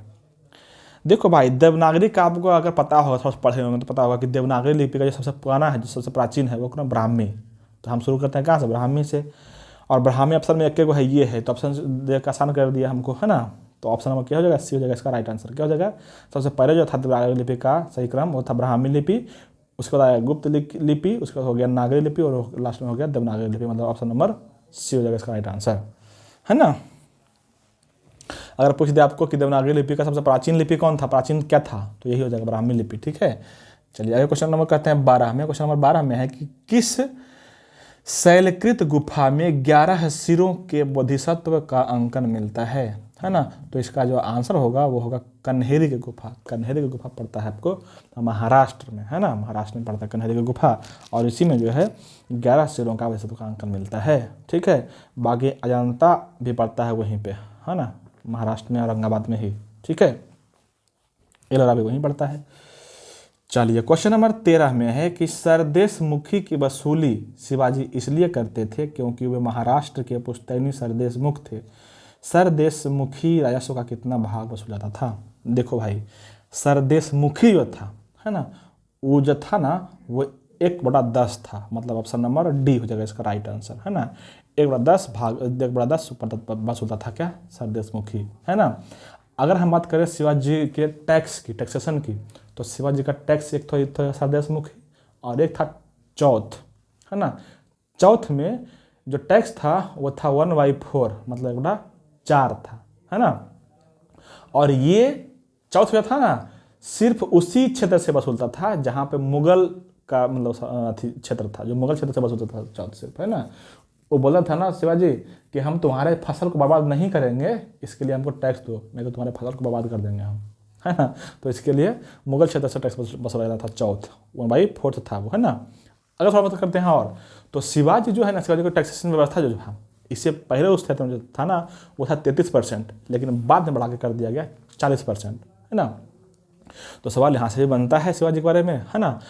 और अगर बात करें शिवाजी के बारे में थोड़ा सा और डिटेल में, तो शिवाजी जो है ना, शिवाजी के जो क्षेत्र था वहाँ पे जो गांव में, मतलब कि अंतिम रूप से गांव में जो न्यायालय होता था वो कौन करता था न्याय, तो करता था कौन, पटेल करता था, पटेल, है ना। गांव में न्यायालय कौन करता था, तो पटेल करता था, जिसको करते था ना न्यायालय, उसको न्याय उसको बोलते थे पटेल, है ना। और सर्वोच्च न्यायालय जो था उस समय का, जैसे अभी हम लोग का कौन, सुप्रीम कोर्ट, उस समय जो था शिवाजी के शासनकाल में वो था, जो सुप्रीम कोर्ट आजकल को बोलते हैं, उस समय था हाजिर मजलिस, उसको बोलते थे। अंतिम न्यायालय कहाँ पर होता था, हाजिर मजलिस में होता था। खेत जो था, मतलब भूमि के नापने के लिए 2 प्रयोग करते थे, एक सन डंडी का और एक काठी का, एक सन डंडी का और एक काठी का, है ना, ठीक है। शिवाजी के शासनकाल में उसके पास 3 तरह के सैनिक थे, है ना।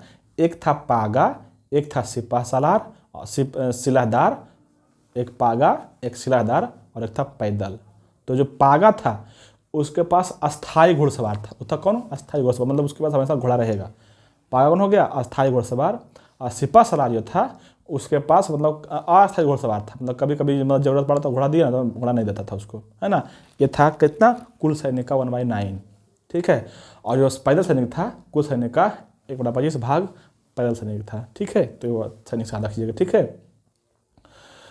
अगर हम बात करें शिवाजी के बारे में थोड़ा सा और, तो शिवाजी के शासनकाल में जो है अष्टप्रधान थे, है ना। और थोड़ा सा बात करते हैं इसके बारे में, और हम कहाँ पे बात करते हैं, क्या क्या क्या क्या क्या कहाँ बात करते हैं, जन्म का कब हुआ था, 1627 ईस्वी, कब हुआ था, 1627 ईस्वी में। और मृत्यु हो गया था कब, 1680 ईस्वी में, और 1680 ईस्वी में, है ना, ठीक है। और 1672 ईस्वी में इसका राज्याभिषेक हुआ था। कहाँ पे, रायगढ़ में हुआ था। काशी के पंडित किया था राज्याभिषेक, है ना, काशी के पंडित किया था राज्याभिषेक 1672 में। कहाँ पे?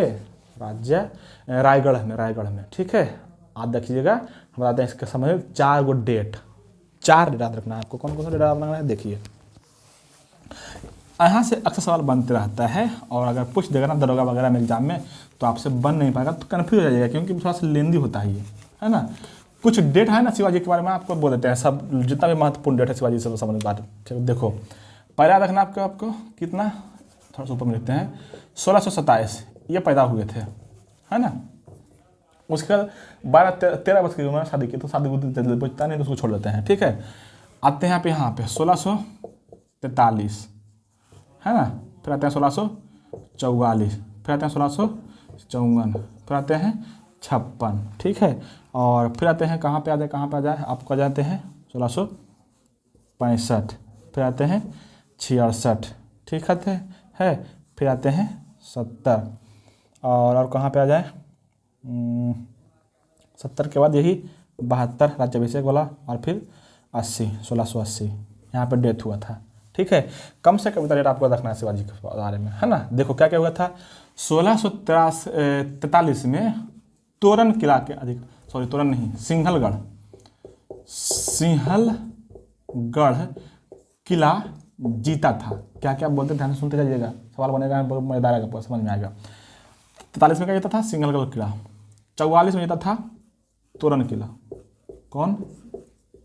तोरण किला। ठीक है, तोरण किला हो गया। और 54 में जीता था कौन? पुरंदर किला। पुरंदर किला। और 56 में रायगढ़ किला। तो ये 4 किला तो आपको हर हाल में आप देखना है, 4 किला तो आपको हर हाल में देखना है कि कब कब कौन जीता है। सिंहलगढ़ 43 में, तोरण 44 में, पुरंदर 54 में, और रायगढ़ 56 में, है ना। अब देखो जो पहला का 2 किला है वो था बीजापुर के अधीन। ये कहाँ पे था? बीजापुर के अधीन। और बीजापुर के उसमें जो सुल्तान था वो था आदिल शाह II। कौन था? आदिल शाह द्वितीय था। आदिल शाह द्वितीय उस समय वहाँ के शासक हुआ करते थे, राजा थे, है ना। तो आदिल शाह जो है ना अपना क्षेत्र पर किला पर आक्रमण अटैक होता देख क्या किए, भेजा था थी, है ना, अजमल खान को। किसको? अजमल खान को भेजा था इसको मारने के लिए शिवाजी को, है ना। आप देखिएगा तो अजमल खान जो है खुद मारा गया, शिवाजी उसको मार दिया अजमल खान को। तो यहाँ देखिएगा किसने भेजा था, कब भेजा था और क्यों भेजा था, सारा कहानी आपको क्लियर हो गया था। यही अजमल खान मारा गया था शिवाजी के द्वारा। ठीक है, और ये दो किला है 54 और 56 वाला, मतलब कि पुरंदर किला और रायगढ़ किला, ये था आपको मुगल के दिन, है ना। और मुगल में उस समय शासक था औरंगजेब का। किसका था? औरंगजेब का, है ना। तो औरंगजेब जो है मारने के लिए भेजा था किसको? शाइस्ता खान को। और रखना किसको? शाइस्ता खान को। शाइस्ता खान जो है ना औरंगजेब के मामा था, है ना। और दक्षिण भारत के जो शासक क्षेत्र था ना उसका सूबेदार था यहाँ पे, है ना, शाइस्ता खान। ठीक है, शाइस्ता खान थोड़ा चालाक था, होशियार था, लेकिन होशियारी जो है ना शिवाजी के सामने चलाया नहीं, है ना। शिवाजी जो है इसी को मार दिया, शाइस्ता खान को ही मार दिए, है ना। यही सवाल पूछता है कि बघनखा से इसको मार दिए थे, है ना। ये चुपके से बुलाया शिवाजी को शाइस्ता खान, है ना, कि पकड़ लेंगे, है ना। और बाहर में पूरा अपना सैनिक बिठा दिया, लेकिन शिवाजी चालाक था, अपने छुपा के जंगिया में ले गया था कुछ बघनखा हथियार, है ना। और जैसे देखा कि हमको पकड़ लेगा, शाइस्ता खान बहुत बड़ा बलवान था, बहुत बलिष्ठ था, है ना। और सोचा कि दबा कैसे जाकर पकड़ लेंगे शिवाजी को, थोड़ा छोटे थे उससे, है ना। लेकिन जैसे ही पकड़ा ना तो अपना पैंट से निकाला शिवाजी बघनखा और उसको घुसड़ दिया, है ना, शाइस्ता खान को। तो यहाँ से इसका क्या हो गया? मृत्यु हो गया। तो ये 4 क्षेत्र जीत गया, है ना। 65 और 70 इस दोनों क्षेत्र में जो शिवाजी जो है सूरत को लूटा था, जो औरंगजेब का क्षेत्र था, वहाँ पर उसका धन संपत्ति था ना, उसको लूटा था 2 बार, 1665 में और 1670 ईस्वी में शिवाजी सूरत लूट गया था, है ना।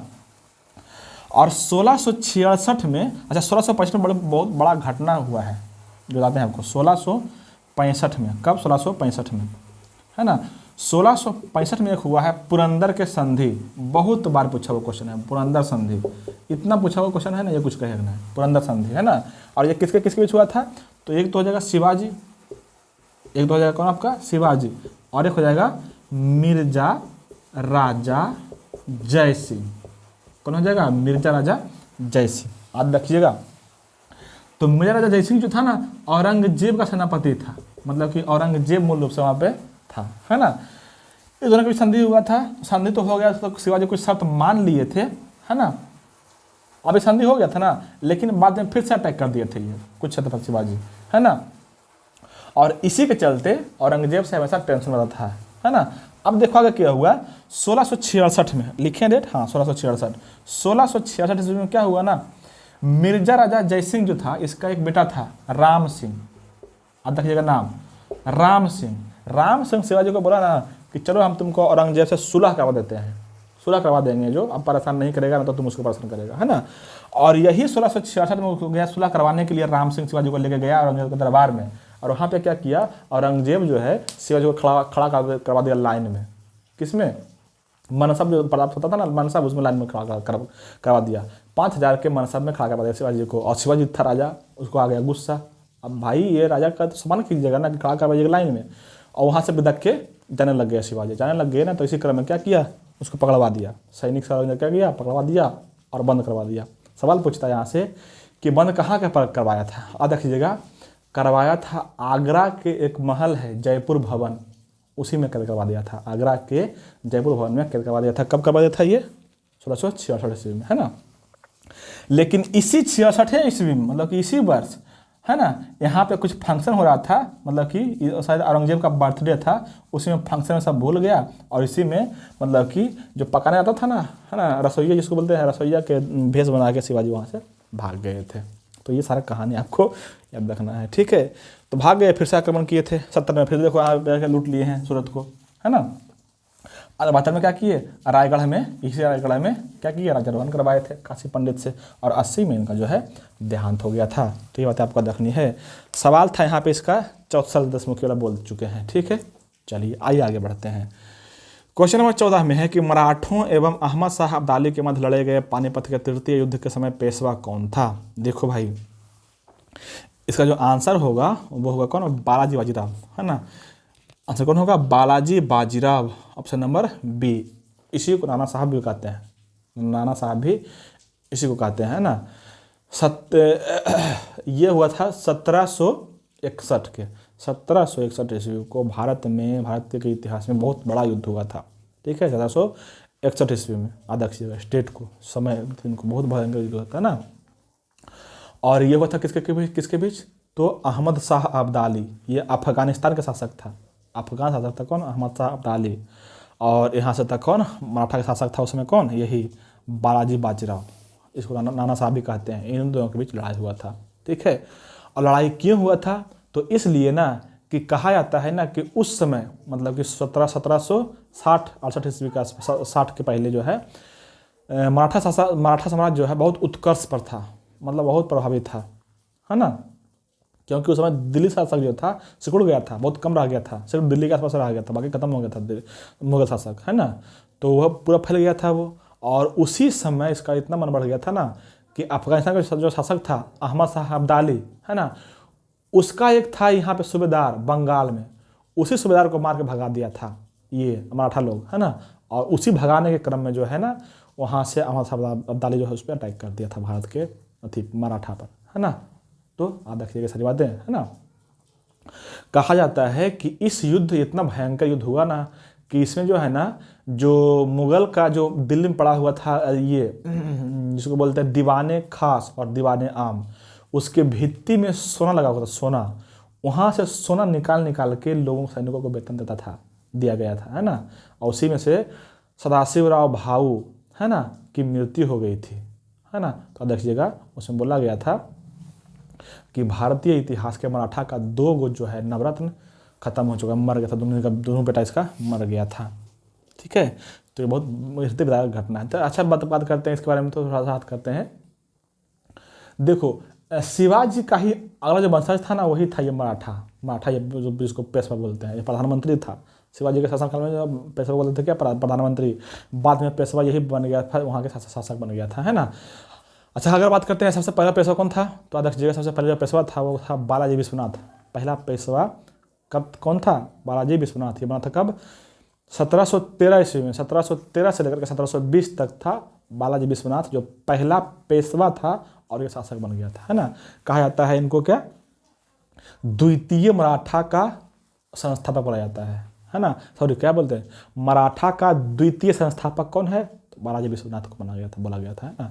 और दिल्ली समझौता किए हैं यही, है ना, 1719 ईस्वी में। 1719 ईस्वी में क्या किए हैं? दिल्ली समझौता, ठीक है, आप देखिएगा, ठीक है, बालाजी विश्वनाथ। और फिर आया बाजीराव प्रथम। बाजीराव प्रथम आया था, जिसको लड़ाकू पेशवा कहता था 1720 ईस्वी में। 1720 से 40 तक रहा था, 40 तक, है ना। और 40 से 61 तक फिर यही बाजीराव जो भी लड़ाई लड़ा है ना। तो 1620 से 40 तक कौन रहा था? बालाजी प्रथम, है ना। और यही बालाजी प्रथम के बारे में जो बात किया गया है, जो बोला गया था ना कि बाजीराव मस्तानी, जो पिक्चर देखे होंगे आप, बाजीराव मस्तानी यही था वो, है ना। लड़ाकू पेशवा था, इसको बोला था क्या? लड़ाकू पेशवा, है ना। हिंदू के पता वो तो ये कट्टर था, है ना। आधा जगह इसको, ठीक है। यही बाजीराव प्रथम जो है बोला था कि दिल्ली जो है ना बूढ़ा हो गया है, दिल्ली के साथ जो है बूढ़ा हो गया है, ये बोला, नारा दिया था अटैक करते समय, दिल्ली पर हमला किया था ये, है ना। और बोला था कि ये वृक्ष जो है बूढ़ा हो गया है, जर्जर वृक्ष, इस जर्जर वृक्ष पर हम प्रहार करेंगे तो शाखाएं तो स्वयं गिर जाएंगी, ये इसका स्टेटमेंट था, है ना। और यही बाजीराव प्रथम 1728 ईस्वी में पालखेड़ा का युद्ध लड़ा था। पालखेड़ा का युद्ध लड़ा था 1728। ध्यान रखना, ये हम बोल रहे हैं 1728 ईस्वी में पालखेड़ा का युद्ध, और एक हुआ है खेड़ा का युद्ध, है ना। वो हुआ है ताराबाई और साहू के बीच, है ना। वो हुआ ताराबाई साहू के बीच 1707 ईस्वी में, ठीक है। तो यहाँ से बात याद रखनी है, ठीक है। चलिए क्वेश्चन नंबर आते हैं 15 में। क्वेश्चन नंबर 15 में है कि कृष्णा नदी पर स्थित श्रीशैलम बांध किस राज्य में स्थित है? तो श्रीशैलम बांध जो है वो है आंध्र प्रदेश में। कहाँ पे रहेगा? आंध्र प्रदेश में, ठीक है, श्रीशैलम बांध, है ना। इसी में कृष्णा नदी पर ही एक नागार्जुन सागर बांध, वो है तेलंगाना में। नागार्जुन सागर कहाँ पे जाएगा? तेलंगाना में। देखो, कृष्णा नदी से संबंधित बताते हैं आपको ट्रेक, है ना। अच्छा, निकलता ये कहाँ पे है? कहाँ से है? तो निकलता है ये पश्चिमी घाट के महाबालेश्वर से। कहाँ से निकलता है? पश्चिमी घाट के महाबालेश्वर से निकलता है, ठीक है, आप देखिएगा। इससे पूछता है कि कृष्णा नदी का सहायक नदी कौन कौन है। सहायक नदी बहुत कन्फ्यूज करता है इधर, है ना। 3 गो का कम से कम, कृष्णा के, कावेरी के और गोदावरी के, है ना। और ये हो गया दक्षिण में, और फिर आपको उत्तर में आप रख लीजिए एक ब्रह्मपुत्र का और एक गंगा का कम से कम, और एक यमुना का कम से कम। इसको रखिएगा ना तो आपके सारी नदी फिर जल्दी गलती नहीं होगा, है ना। देखो आपका रखना है क्या, हम बता रहे हैं क्या, कृष्णा नदी का सहायक नदी, है ना। देखो ना क्या, 5 बार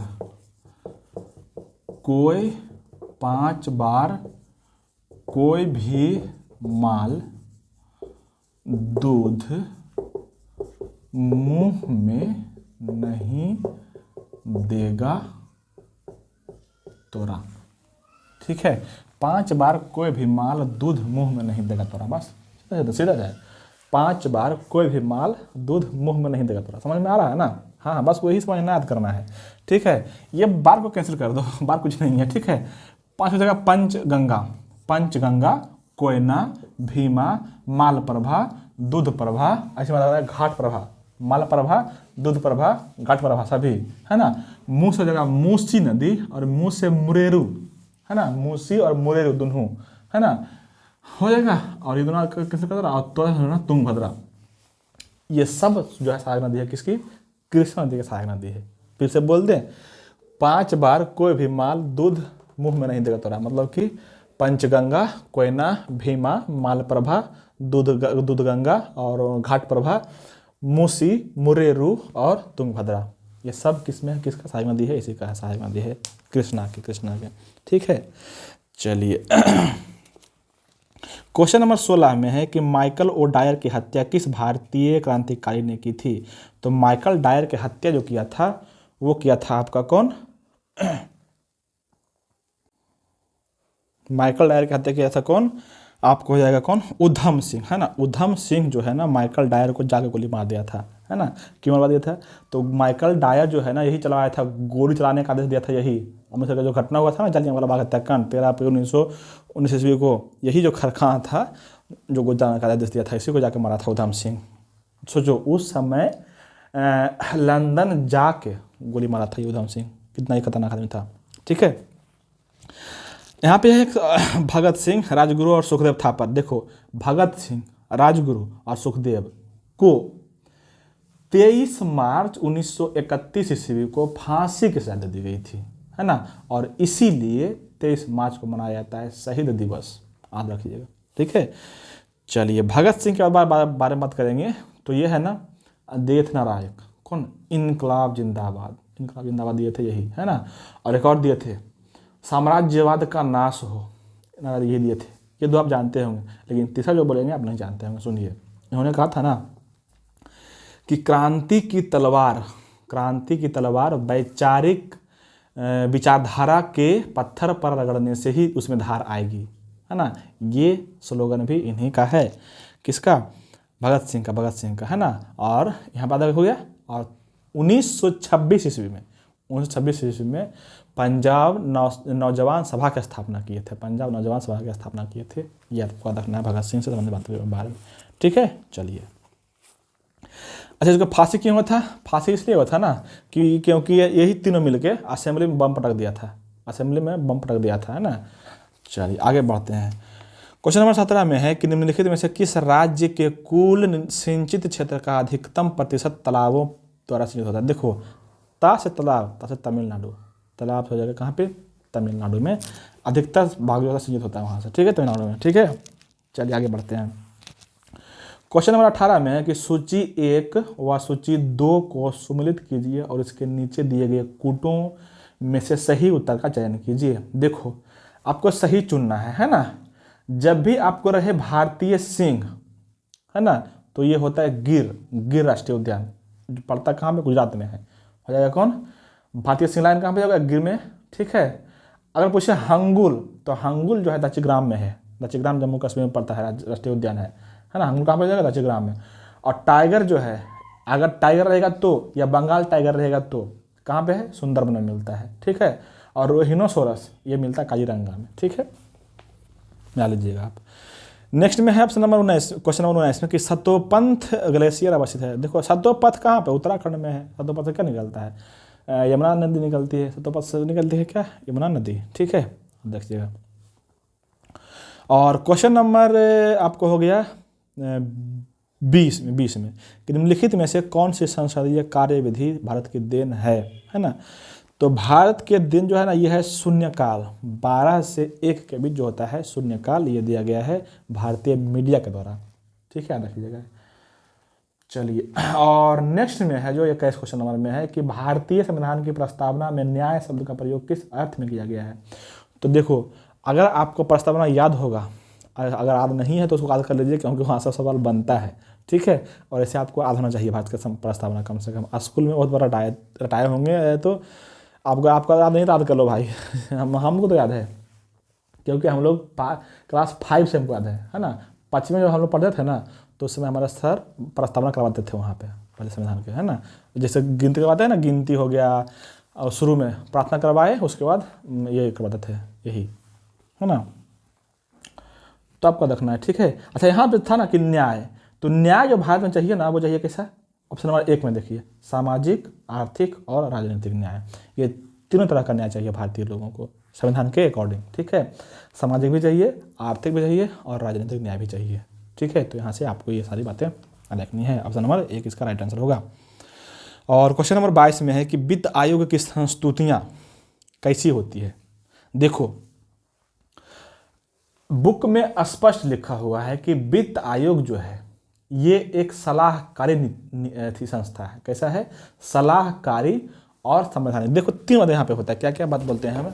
सबसे पहले बात करें अगर हम क्या वित्त आयोग का, तो वित्त आयोग का वर्णन जो है ना, वो कहाँ पे है, आर्टिकल 280 में है, अनुच्छेद 280 में क्या है, वित्त आयोग है ना। इसकी नियुक्ति कौन करता है, तो राष्ट्रपति करता है। कौन नियुक्त करेगा, राष्ट्रपति, ठीक है। इसे सदस्यों की नियुक्ति, है ना। और ये जो संस्था है ना, कैसा है, संवैधानिक है ना। अच्छा ऐसे लालू सवाल पूछता है, ये सवाल पूछता है बिहार एसएससी में, है ना। कैसा संवैधानिक, देखो एक है संवैधानिक और एक है गैर संवैधानिक। एक है कौन, गैर संवैधानिक, और एक है असंवैधानिक। 3 वर्ड लिखे हैं, असंवैधानिक, है ना। तो देखो यहाँ पे संवैधानिक है, जो वर्ड संवैधानिक है मतलब कि संविधान में उसका उल्लेख किया हुआ है, कहीं ना कहीं पे है। तो जब कहीं पे पढ़ते हैं संविधान में कि आर्टिकल इतना में है तो वो क्या हो जाएगा, संवैधानिक, है ना। और जो गैर संवैधानिक है, जिसका संविधान में चर्चा नहीं है ना, उसको बोलते हैं गैर संवैधानिक, है ना। और ये जो असंवैधानिक है वो भाई इलीगल है। वो जैसे बिहार में दारू बेचना कानून अपराध है ना, तो वो क्या है, वो क्या है, असंवैधानिक है। वो क्या है, असंवैधानिक है, इलीगल उसको बोलते हैं, है ना। याद रखिएगा, है ना। अच्छा, ये जो संस्था है कैसा है, वित्त आयोग कैसा है, संवैधानिक है। इसके साथ ही ये संस्था जो है ना सलाहकारी संस्था है।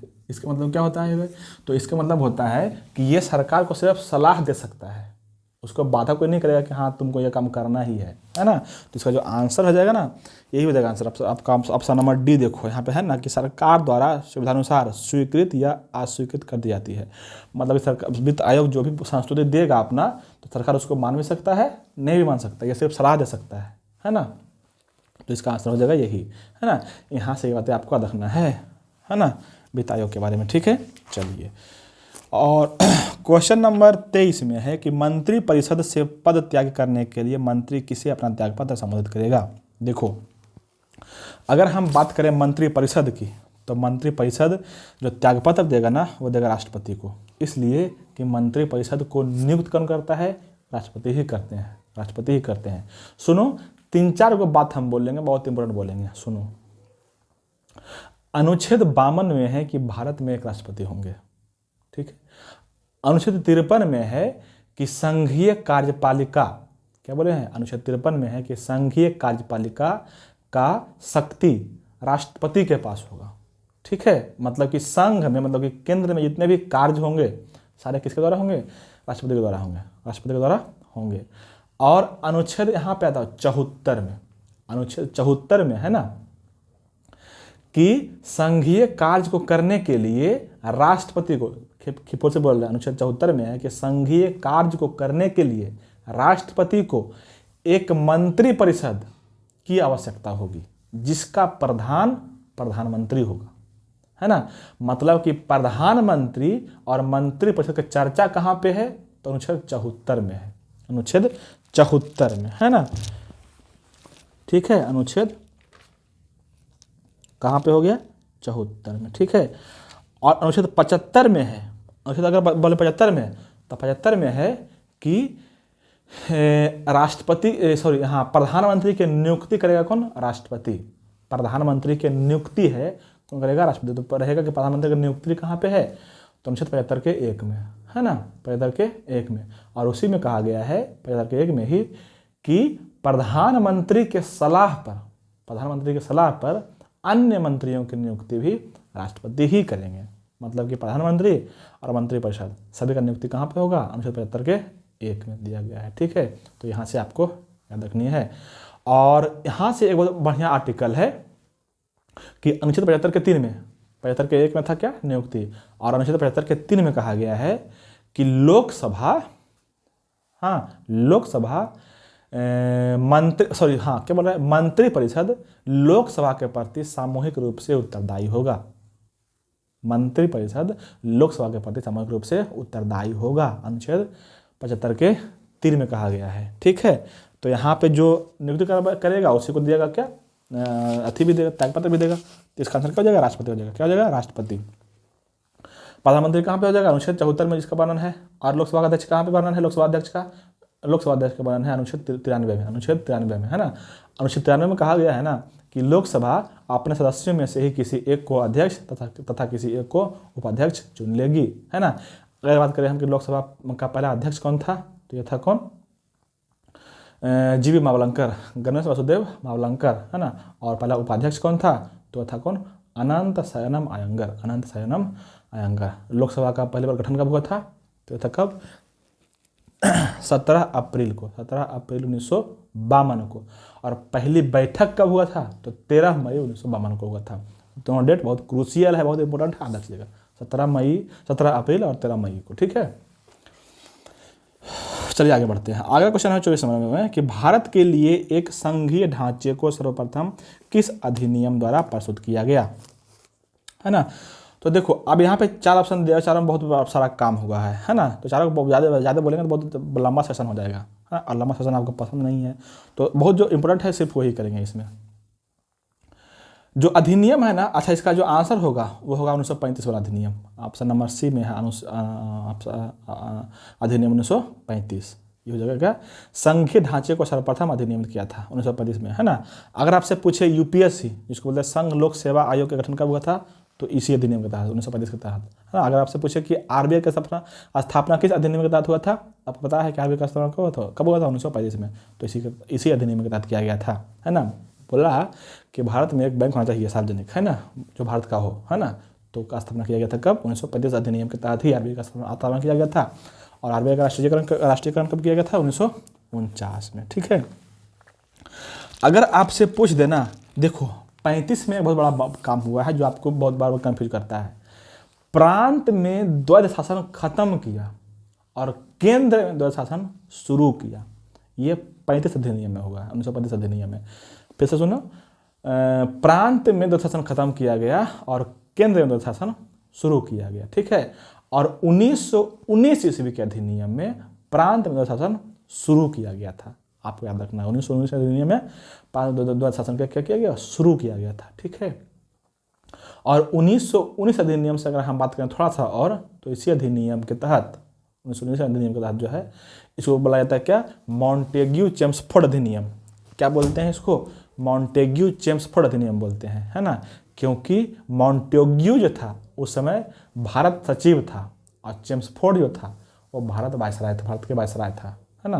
दोनों मिल के अधिनियम लाया था, इसलिए इसको बोला जाता है क्या, मॉन्टेग्यू चेम्सफोर्ड अधिनियम, ठीक है। अच्छा यहाँ से बात करते हैं एक चीज़ और, क्या बात करना है ये बात करना है 1909 वाला अधिनियम। 1909 को कहा जाता है मार्ले मिंटो अधिनियम। क्या बोलते हैं, मार्ले मिंटो अधिनियम, है ना। मार्ले मिंटो अधिनियम कब आया था, 1909 ईस्वी में। और आपको पता होगा कि इससे पहले मतलब कि 1905 ईस्वी में, जिस समय कर्जन था वायसराय, कर्जन, लॉर्ड कर्जन जिसको बोलते हैं, है ना, उस समय क्या हुआ था, बंगाल विभाजन कर दिया गया था। और बंगाल विभाजन कर दिया गया था तो उसमें बहुत सारा मुस्लिम लोग इधर उधर हो गया था, मुस्लिम और हिंदू में बहुत बड़ा टक्कर पैदा हो गया था, ठीक है। उसी हिंदू मुस्लिम के व्यवस्था को सुलझाने के लिए ये अधिनियम लाया गया 1909 अधिनियम, है ना। और उसी में क्या किया गया, मुस्लिम को खुश करने के लिए उसका अलग निर्वाचन कर दिया गया। मतलब कि अल्पसंख्यक लोगों के लिए अलग निर्वाचन कर दिया गया, है ना। तो मार्ले मिंटो को कहा जाता है, मार्ले मिंटो कहा जाता है क्या, मिंटो को स्पेशली कहा जाता है क्या, सांप्रदायिक निर्वाचन के जनक बोला जाता है। सांप्रदायिक निर्वाचन यही शुरू किया गया था 1909 अधिनियम में। तो यहाँ से याद रखिएगा, बढ़िया बात ये है ना। और इसी अधिनियम 1909 अधिनियम में ही, है ना, भारतीय परिषद की स्थापना हुआ था, भारतीय परिषद के, है ना। और उसके प्रथम जो अध्यक्ष थे, अध्यक्ष नहीं, प्रथम जो सदस्य थे वो थे सत्येंद्रनाथ बोस। तो ये सवाल पूछा हुआ क्वेश्चन है, आप देखिएगा, ठीक है। और इसी 1909 अधिनियम के तहत जो है ना, भारत के लोगों को पहली बार बजट पर चर्चा करने का, मतलब कि पूरक प्रश्न जिसको बोलते हैं ना, पूछने का मौका मिला था। प्रश्न अभी पूछा जाता है ना, समझते हैं, पूरक प्रश्न जिसको बोलता है, जैसे कोई हम पूछे सवाल, उसका जवाब दे दिया लेकिन हमको संतुष्टि नहीं हो, उससे संबंधित कुछ उसके रिकॉर्ड कुछ और सवाल पूछ रहे हैं हमको, तो पूछ सकते हैं, उसको बोलते हैं पूरक प्रश्न। पहले ये व्यवस्था नहीं था, एक बार क्वेश्चन पूछे, आंसर दे दिया, जो भी दे दिया वही खत्म हो गया कहानी, ठीक है। चलिए ज़्यादा नहीं लंबा करेंगे। अच्छा 47 जो अधिनियम था ना, इसमें जो क्या किया गया था, 47 अधिनियम में जो है ना, लॉर्ड माउंटबेटन के अधिनियम को इसको बोलते हैं। इसी में जो है हमको स्वतंत्रता का एक्ट पारित हुआ था, स्वतंत्रता अधिनियम पारित हुआ था, ठीक है। चलिए क्वेश्चन नंबर 25 में आते हैं। क्वेश्चन नंबर 25 में है कि लोकसभा का 5 वर्ष का सामान्य कार्यकाल समाप्त होने से पहले इसे कौन भंग कर सकता है। तो लोकसभा को भंग करने का अधिकार जो है ना, सिर्फ और सिर्फ किसके पास है, राष्ट्रपति के पास है। किसके पास है, सिर्फ और सिर्फ राष्ट्रपति के पास है, ठीक है। कब करता है अधिनियम, अच्छा कहाँ आर्टिकल है, तो आर्टिकल 85, आर्टिकल 85 में कहा गया है कि लोकसभा को भंग किया जा सकता है। भंग होने का 2 केस है, कैसे कैसे भंग हो सकता है। एक तो जब सरकार या सरकार पर किसी पर भी अविश्वास प्रस्ताव पारित हो जाए। जब प्रधानमंत्री या किसी भी मंत्री पर अविश्वास प्रस्ताव पारित हो जाएगा ना, तो लोकसभा भंग कर दिया जाएगा, ठीक है। और अविश्वास प्रस्ताव कैसे पारित होगा, तो उसके प्रस्तावित करने के लिए कम से कम 50 गो सदस्य होना चाहिए ये पारित करने के लिए, ठीक है, ये हो गया। और दूसरा केस ये है कि जब जो सत्ता दल है जो शासन कर रहा है उसके पास बहुमत नहीं हो, मतलब उसका सरकार गिर जाए, तो उसका भंग हो जाएगा लोकसभा, ठीक है।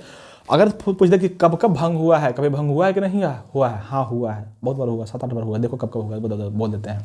सबसे पहली बार 70 में, सुनो, 70, 77, 79, 84, 89, 91, 97 और 99, मतलब कि ये इतना इस अपडेट में लोकसभा भंग हुआ है ना। ये मतलब कि 5 वर्ष से पहले ही भंग हो चुका है। और एक बार, सिर्फ एक बार 1976 में 1 वर्ष के लिए बढ़ा दिया गया था लोकसभा का कार्यकाल। जैसे लोकसभा का कार्यकाल कितना होता है 5 वर्ष, लेकिन वहाँ पर बढ़ा दिया गया था 1976 में, सिर्फ एक बार अभी तक, ठीक है। तो देखिएगा दोनों केस।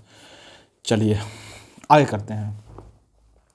अच्छा, इसका आंसर क्या हो जाएगा, क्या क्वेश्चन था, हम कहाँ भुला गए हम। क्वेश्चन था कि 5 वर्ष सामान्य कार्यकाल, लोकसभा का 5 वर्ष का सामान्य कार्यकाल समाप्त होने से पहले इसे कौन भंग कर सकता है। तो भंग कर सकता है कौन, यहाँ पे ऑप्शन नंबर जो हो जाएगा ना डी हो जाएगा, आप सॉरी नहीं सी हो जाएगा। राष्ट्रपति प्रधानमंत्री की सिफारिश पर, राष्ट्रपति करेगा, प्रधानमंत्री की सिफारिश पर ही कर सकता है, ऐसा नहीं कर सकता है, ठीक है। ऑप्शन नंबर सी हो जाएगा राइट आंसर। क्वेश्चन नंबर 26 में है कि निम्नलिखित में से कौन सा देश आसियान का सदस्य नहीं है ना।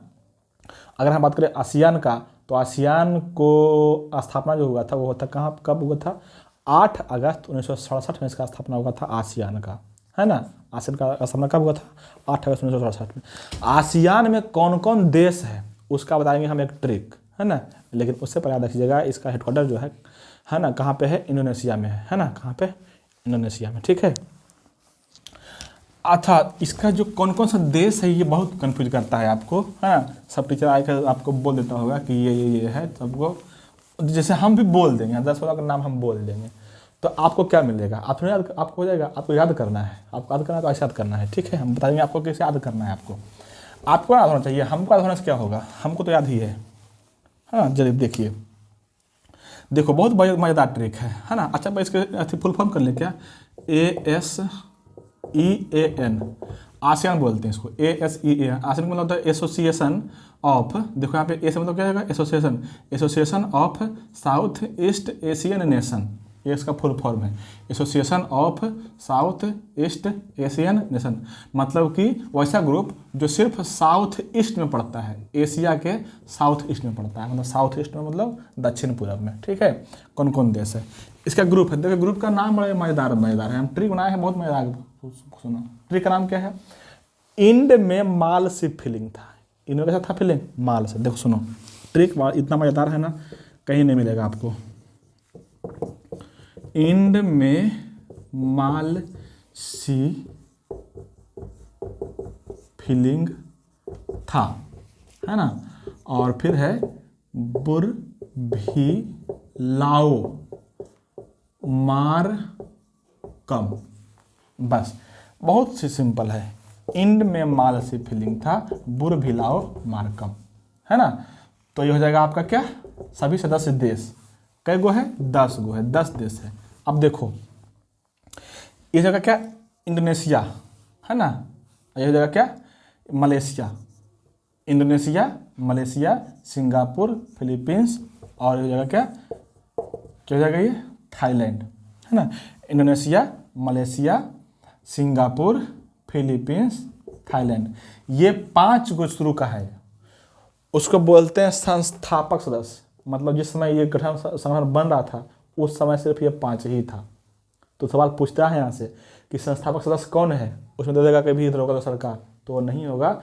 सवाल बनता है देखिएगा, इंड में माल सी फिलिंग था, इंड में माल सी फिलिंग था। और लास्ट का जो 5 है वो है बुर भिलाओ मार्कम, मतलब कि ब्रुनोई हो जाएगा। और भी से जगह वियतनाम, बी याद रखना, वियतनाम। और लाओस हो जाएगा कौन, लाओस। और मास हो जाएगा कौन, मास हो जगह, अच्छा कम से जगह कंबोडिया, कम से जगह कंबोडिया। और मार से म्यांमार, है ना। तो ये 5 गो इधर, ठीक है, बुर भी लाओ मार्कम, 1 2 3 4 5 हो गया। तो इस तरह से 10 गो आपका देश किस में है, आसियान में। आपको ये सारे याद रखना है अच्छे से, ठीक है। चलिए क्वेश्चन नंबर आगे बढ़ाते हैं। इसका सदस्य कौन नहीं हो जाएगा? देखो देखो तो इसमें बांग्लादेश नहीं आया है, बांग्लादेश इसमें नहीं होगा। ठीक है, चलिए क्वेश्चन नंबर 27 में है कि निम्नलिखित अनुच्छेदों में से कौन एक राज्य सरकार को ग्राम पंचायतों को संगठित करने के लिए निर्देश करता है? देखो भाई, जो 27 में ऑप्शन है ना, तो ग्राम पंचायत जब अभी आएगा ना, तो मतलब अनुच्छेद 40 में है ग्राम पंचायत का गठन करने के लिए अनुच्छेद, है ना। 40 किस में पड़ता है? नीति निर्देशक तत्व का एक भाग है 40। ठीक है, अगर उसके 32 के 32 में क्या है? सुप्रीम कोर्ट जारी करता है रिट। सुप्रीम कोर्ट के पास कितना रिट है? 5 तरह का रिट है ना। 5 रिट का नाम आपको रखना है। कौन कौन है? एक है अधिकार परीक्षा। कौन है? अधिकार परीक्षा, है ना, जिसको बोलते हैं हाइबियस कॉर्पस। ठीक है, दूसरा है उत्प्रेषण, है ना, तीसरा है निषेध, चौथा है परमादेश, है ना। अधिकार परीक्षा हो गया, उत्प्रेषण, निषेध, परमादेश, और एक हो गया है अधिकार परीक्षा, और एक हो गया बंदी प्रत्यक्षीकरण। एक हो गया कौन? बंदी प्रत्यक्षीकरण। तो इस तरह से 5 गो रिट जारी करता है कौन? सुप्रीम कोर्ट करता है ना, अनुच्छेद 32 के तहत। ठीक है, आपको याद रखना है। और अनुच्छेद 226 के तहत करता है हाई कोर्ट, रिट जारी करता है। ठीक है, आप देखिएगा 32 हो गया। और अनुच्छेद 48 में है ना कि स्टेट को, मतलब राज्य को, पर्यावरण को सुरक्षित रखना है, अनुच्छेद 48 में कहा गया है। और अनुच्छेद 51 में है कि अंतर्राष्ट्रीय और शांति और व्यवस्था को बनाए रखना राज्य का काम होगा, अनुच्छेद 48 में। ठीक है, सॉरी 51 में, है ना। 48 में पर्यावरण, 51 में शांति का संदेश। ठीक है, और अनुच्छेद 28 में है कि एक मार्क है, मतलब एक मार्क क्या है? तो ये क्या है? गुणवत्ता गारंटी के मोहर है। गुणवत्ता मतलब इससे पता चलता है कि कितना बढ़िया क्वालिटी का है कि नहीं है। ठीक है, ऑप्शन नंबर डी। और क्वेश्चन नंबर 29 में है, वो है जारवा जनजाति पाई जाती है। जारवा जो पाया जाता है कहाँ पाया जाता है? निकोबार द्वीप में, है ना। और निकोबार में कौन हो गया? जारवा। इसी अंडमान निकोबार में एक और है सोमपेन। सोमपेन जनजाति कहाँ पाया जाता है? यहीं पे, है ना। और एक और है होंगी जनजाति कहाँ पे पाया जाता है? यहीं पे, है ना। ये सब आपको याद रखना। ठीक है, और एक क्वेश्चन और है, क्वेश्चन नंबर 30 में कि किन देशों के समूह से भूमध्य रेखा गुजरती है ना। अब देखो, भूमध्य रेखा जो है ना 23 देश से गुजरता है, सॉरी 13 देश से गुजरता है। कितना देश से? 13 देश, 13 देश से होकर के गुजरता है। अब 13 देश का नाम आपको याद रखना मुश्किल हो जाएगा, है ना। लेकिन देखो, हम अगर बोल देंगे फटाफट देश का नाम, तो आपको क्या मिलेगा? आपको लगेगा सर बहुत अच्छे बोल रहे हैं, मज़ा आएगा आप सुन के। लेकिन आपको मज़ा आने से याद नहीं होगा, आपको याद करना है। अब कैसे याद करना है ये सिर्फ हम बताएंगे। इस दुनिया में सिर्फ हम ही बताएंगे तुमको कि कैसे याद हो सकता है, और बहुत अच्छे से बताएंगे ताकि आप भूलेगा ना। अच्छा, ये मज़ा आया वो ट्रिक, है ना, इनमें मार्जिन फीलिंग था। उससे भी मज़ेदार ये ट्रिक है कि भूमध्य रेखा पर कौन कौन सा देश है। 13 देश है, और 13 का नाम आपको याद करवा देंगे जस्ट 1 मिनट में, है ना। बस 1-2 बार आपको बोलना है, कहानी खत्म। ठीक है, देखो क्या था, ये था ना, ये ट्रिक है ना भूमध्य रेखा वाला। भूमध्य रेखा वाला पर क्या? इक्वेटर पर स्थित देश, है ना। भूमध्य रेखा पर स्थित देश कौन कौन है? भूमध्य रेखा कोई विषुवत रेखा भी बोलते हैं रे, भूमध्य रेखा पर कोई बोलते हैं क्या? विषुवत रेखा। ठीक है, सुनो, इसका ट्रिक है ना कि माल को ब्रागिव, माल को ब्रा दो, समझ रहा ना। माल को ब्रा गिव मतलब देना, माल को ब्रा दो।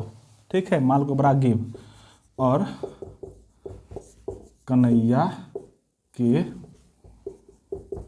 गढ़ में डोर बाती डालो प्रिंस। ठीक है, और एक और है सोमालिया, और एक है कांगो। बस कहानी खत्म। देखो क्या पढ़ना है? माल को ब्रागिव, माल को ब्रागिव, माल को बना देता है ना रे, वही है माल को ब्रागिव। और कन्हैया के गढ़ में डोर बाती डालो। ठीक है, और फिर है प्रिंस सोमालिया कांगो। देखो तो कई गो हुआ है? 1 2 3 4 5 6 7 8 9 10 11 12 ये नहीं है, के नहीं है ना। 6 7 8 9 10 11 12 और ये 13, ज़्यादा कहीं पे हो गया, ये भी नहीं है ना। देखो 6 7 8 9 10 11 और इसमें 2 गो है, 12 और 13, बस कहानी ख़त्म। ठीक है, क्या बोले हैं, माल को बरागिव कन्हैया के गाड़ में डोर बातें डालो, प्रिंस सोमालिया कांगो है ये। ठीक है, ये दोनों कुछ नहीं, ये दोनों कुछ नहीं होता है, इसलिए बस ये ट्रिक अगर आपको याद हो गया एक लाइन का, सिर्फ एक के लाइन है, ये अगर आपको याद हो गया एक लाइन तो आपका काम क्लियर है भाई। मतलब भूमध्य रेखा पर कौन कौन सा देश है अगर पूछ देगा कभी ना, तो कभी ज़िंदगी में गलती नहीं होगा, ज़िंदगी में गलती नहीं होगा, है ना। सिर्फ इसको 1-2 बार बोलना है। कैसे बोलना है, एक बार में बोलना है इतना और एक बार में इतना। माल को बरागिव कन्हैया के गाड़ में डोरबाती डालो, Prince Somalia Congo, Prince Somalia Congo. देखो ये जगह माल से मलेशिया, सुन लो, मलेशिया और को से हो जाए Colombia, Malaysia Colombia Brazil, give से गैबोन, कन्हैया से केनिया और गाड़ से जगह क्या, युगांडा, गाड़ से युगांडा और डोर से इक्वेडोर, बाती से किरीबाती, है ना। और डालो से रखना है Indonesia, Indonesia, Ecuador, Kiribati, Indonesia. और प्रिंस से हो जाएगा जेम्स प्रिंसेप, एक देश है वो है। और सोमालिया एक है और एक कांगो, कांगो है। कांगो 2 भाग में बट गया है ना, एक को बोलते हैं कांगो गणराज्य और एक को बोलते हैं कांगो सिर्फ बोलते हैं। ठीक है, तो इस तरह से 13 2 देश है जो भूमध्य रेखा पर है। इस 13 देश का नाम आपको अच्छे से रखना है। अगर आपको मजा आता ट्रिक तो थोड़ा तो एक लाइक तो बनता ही है ना, और एक सब्सक्राइब तो कर ही लीजिए। ठीक है, चलिए क्वेश्चन नंबर अगला करते हैं।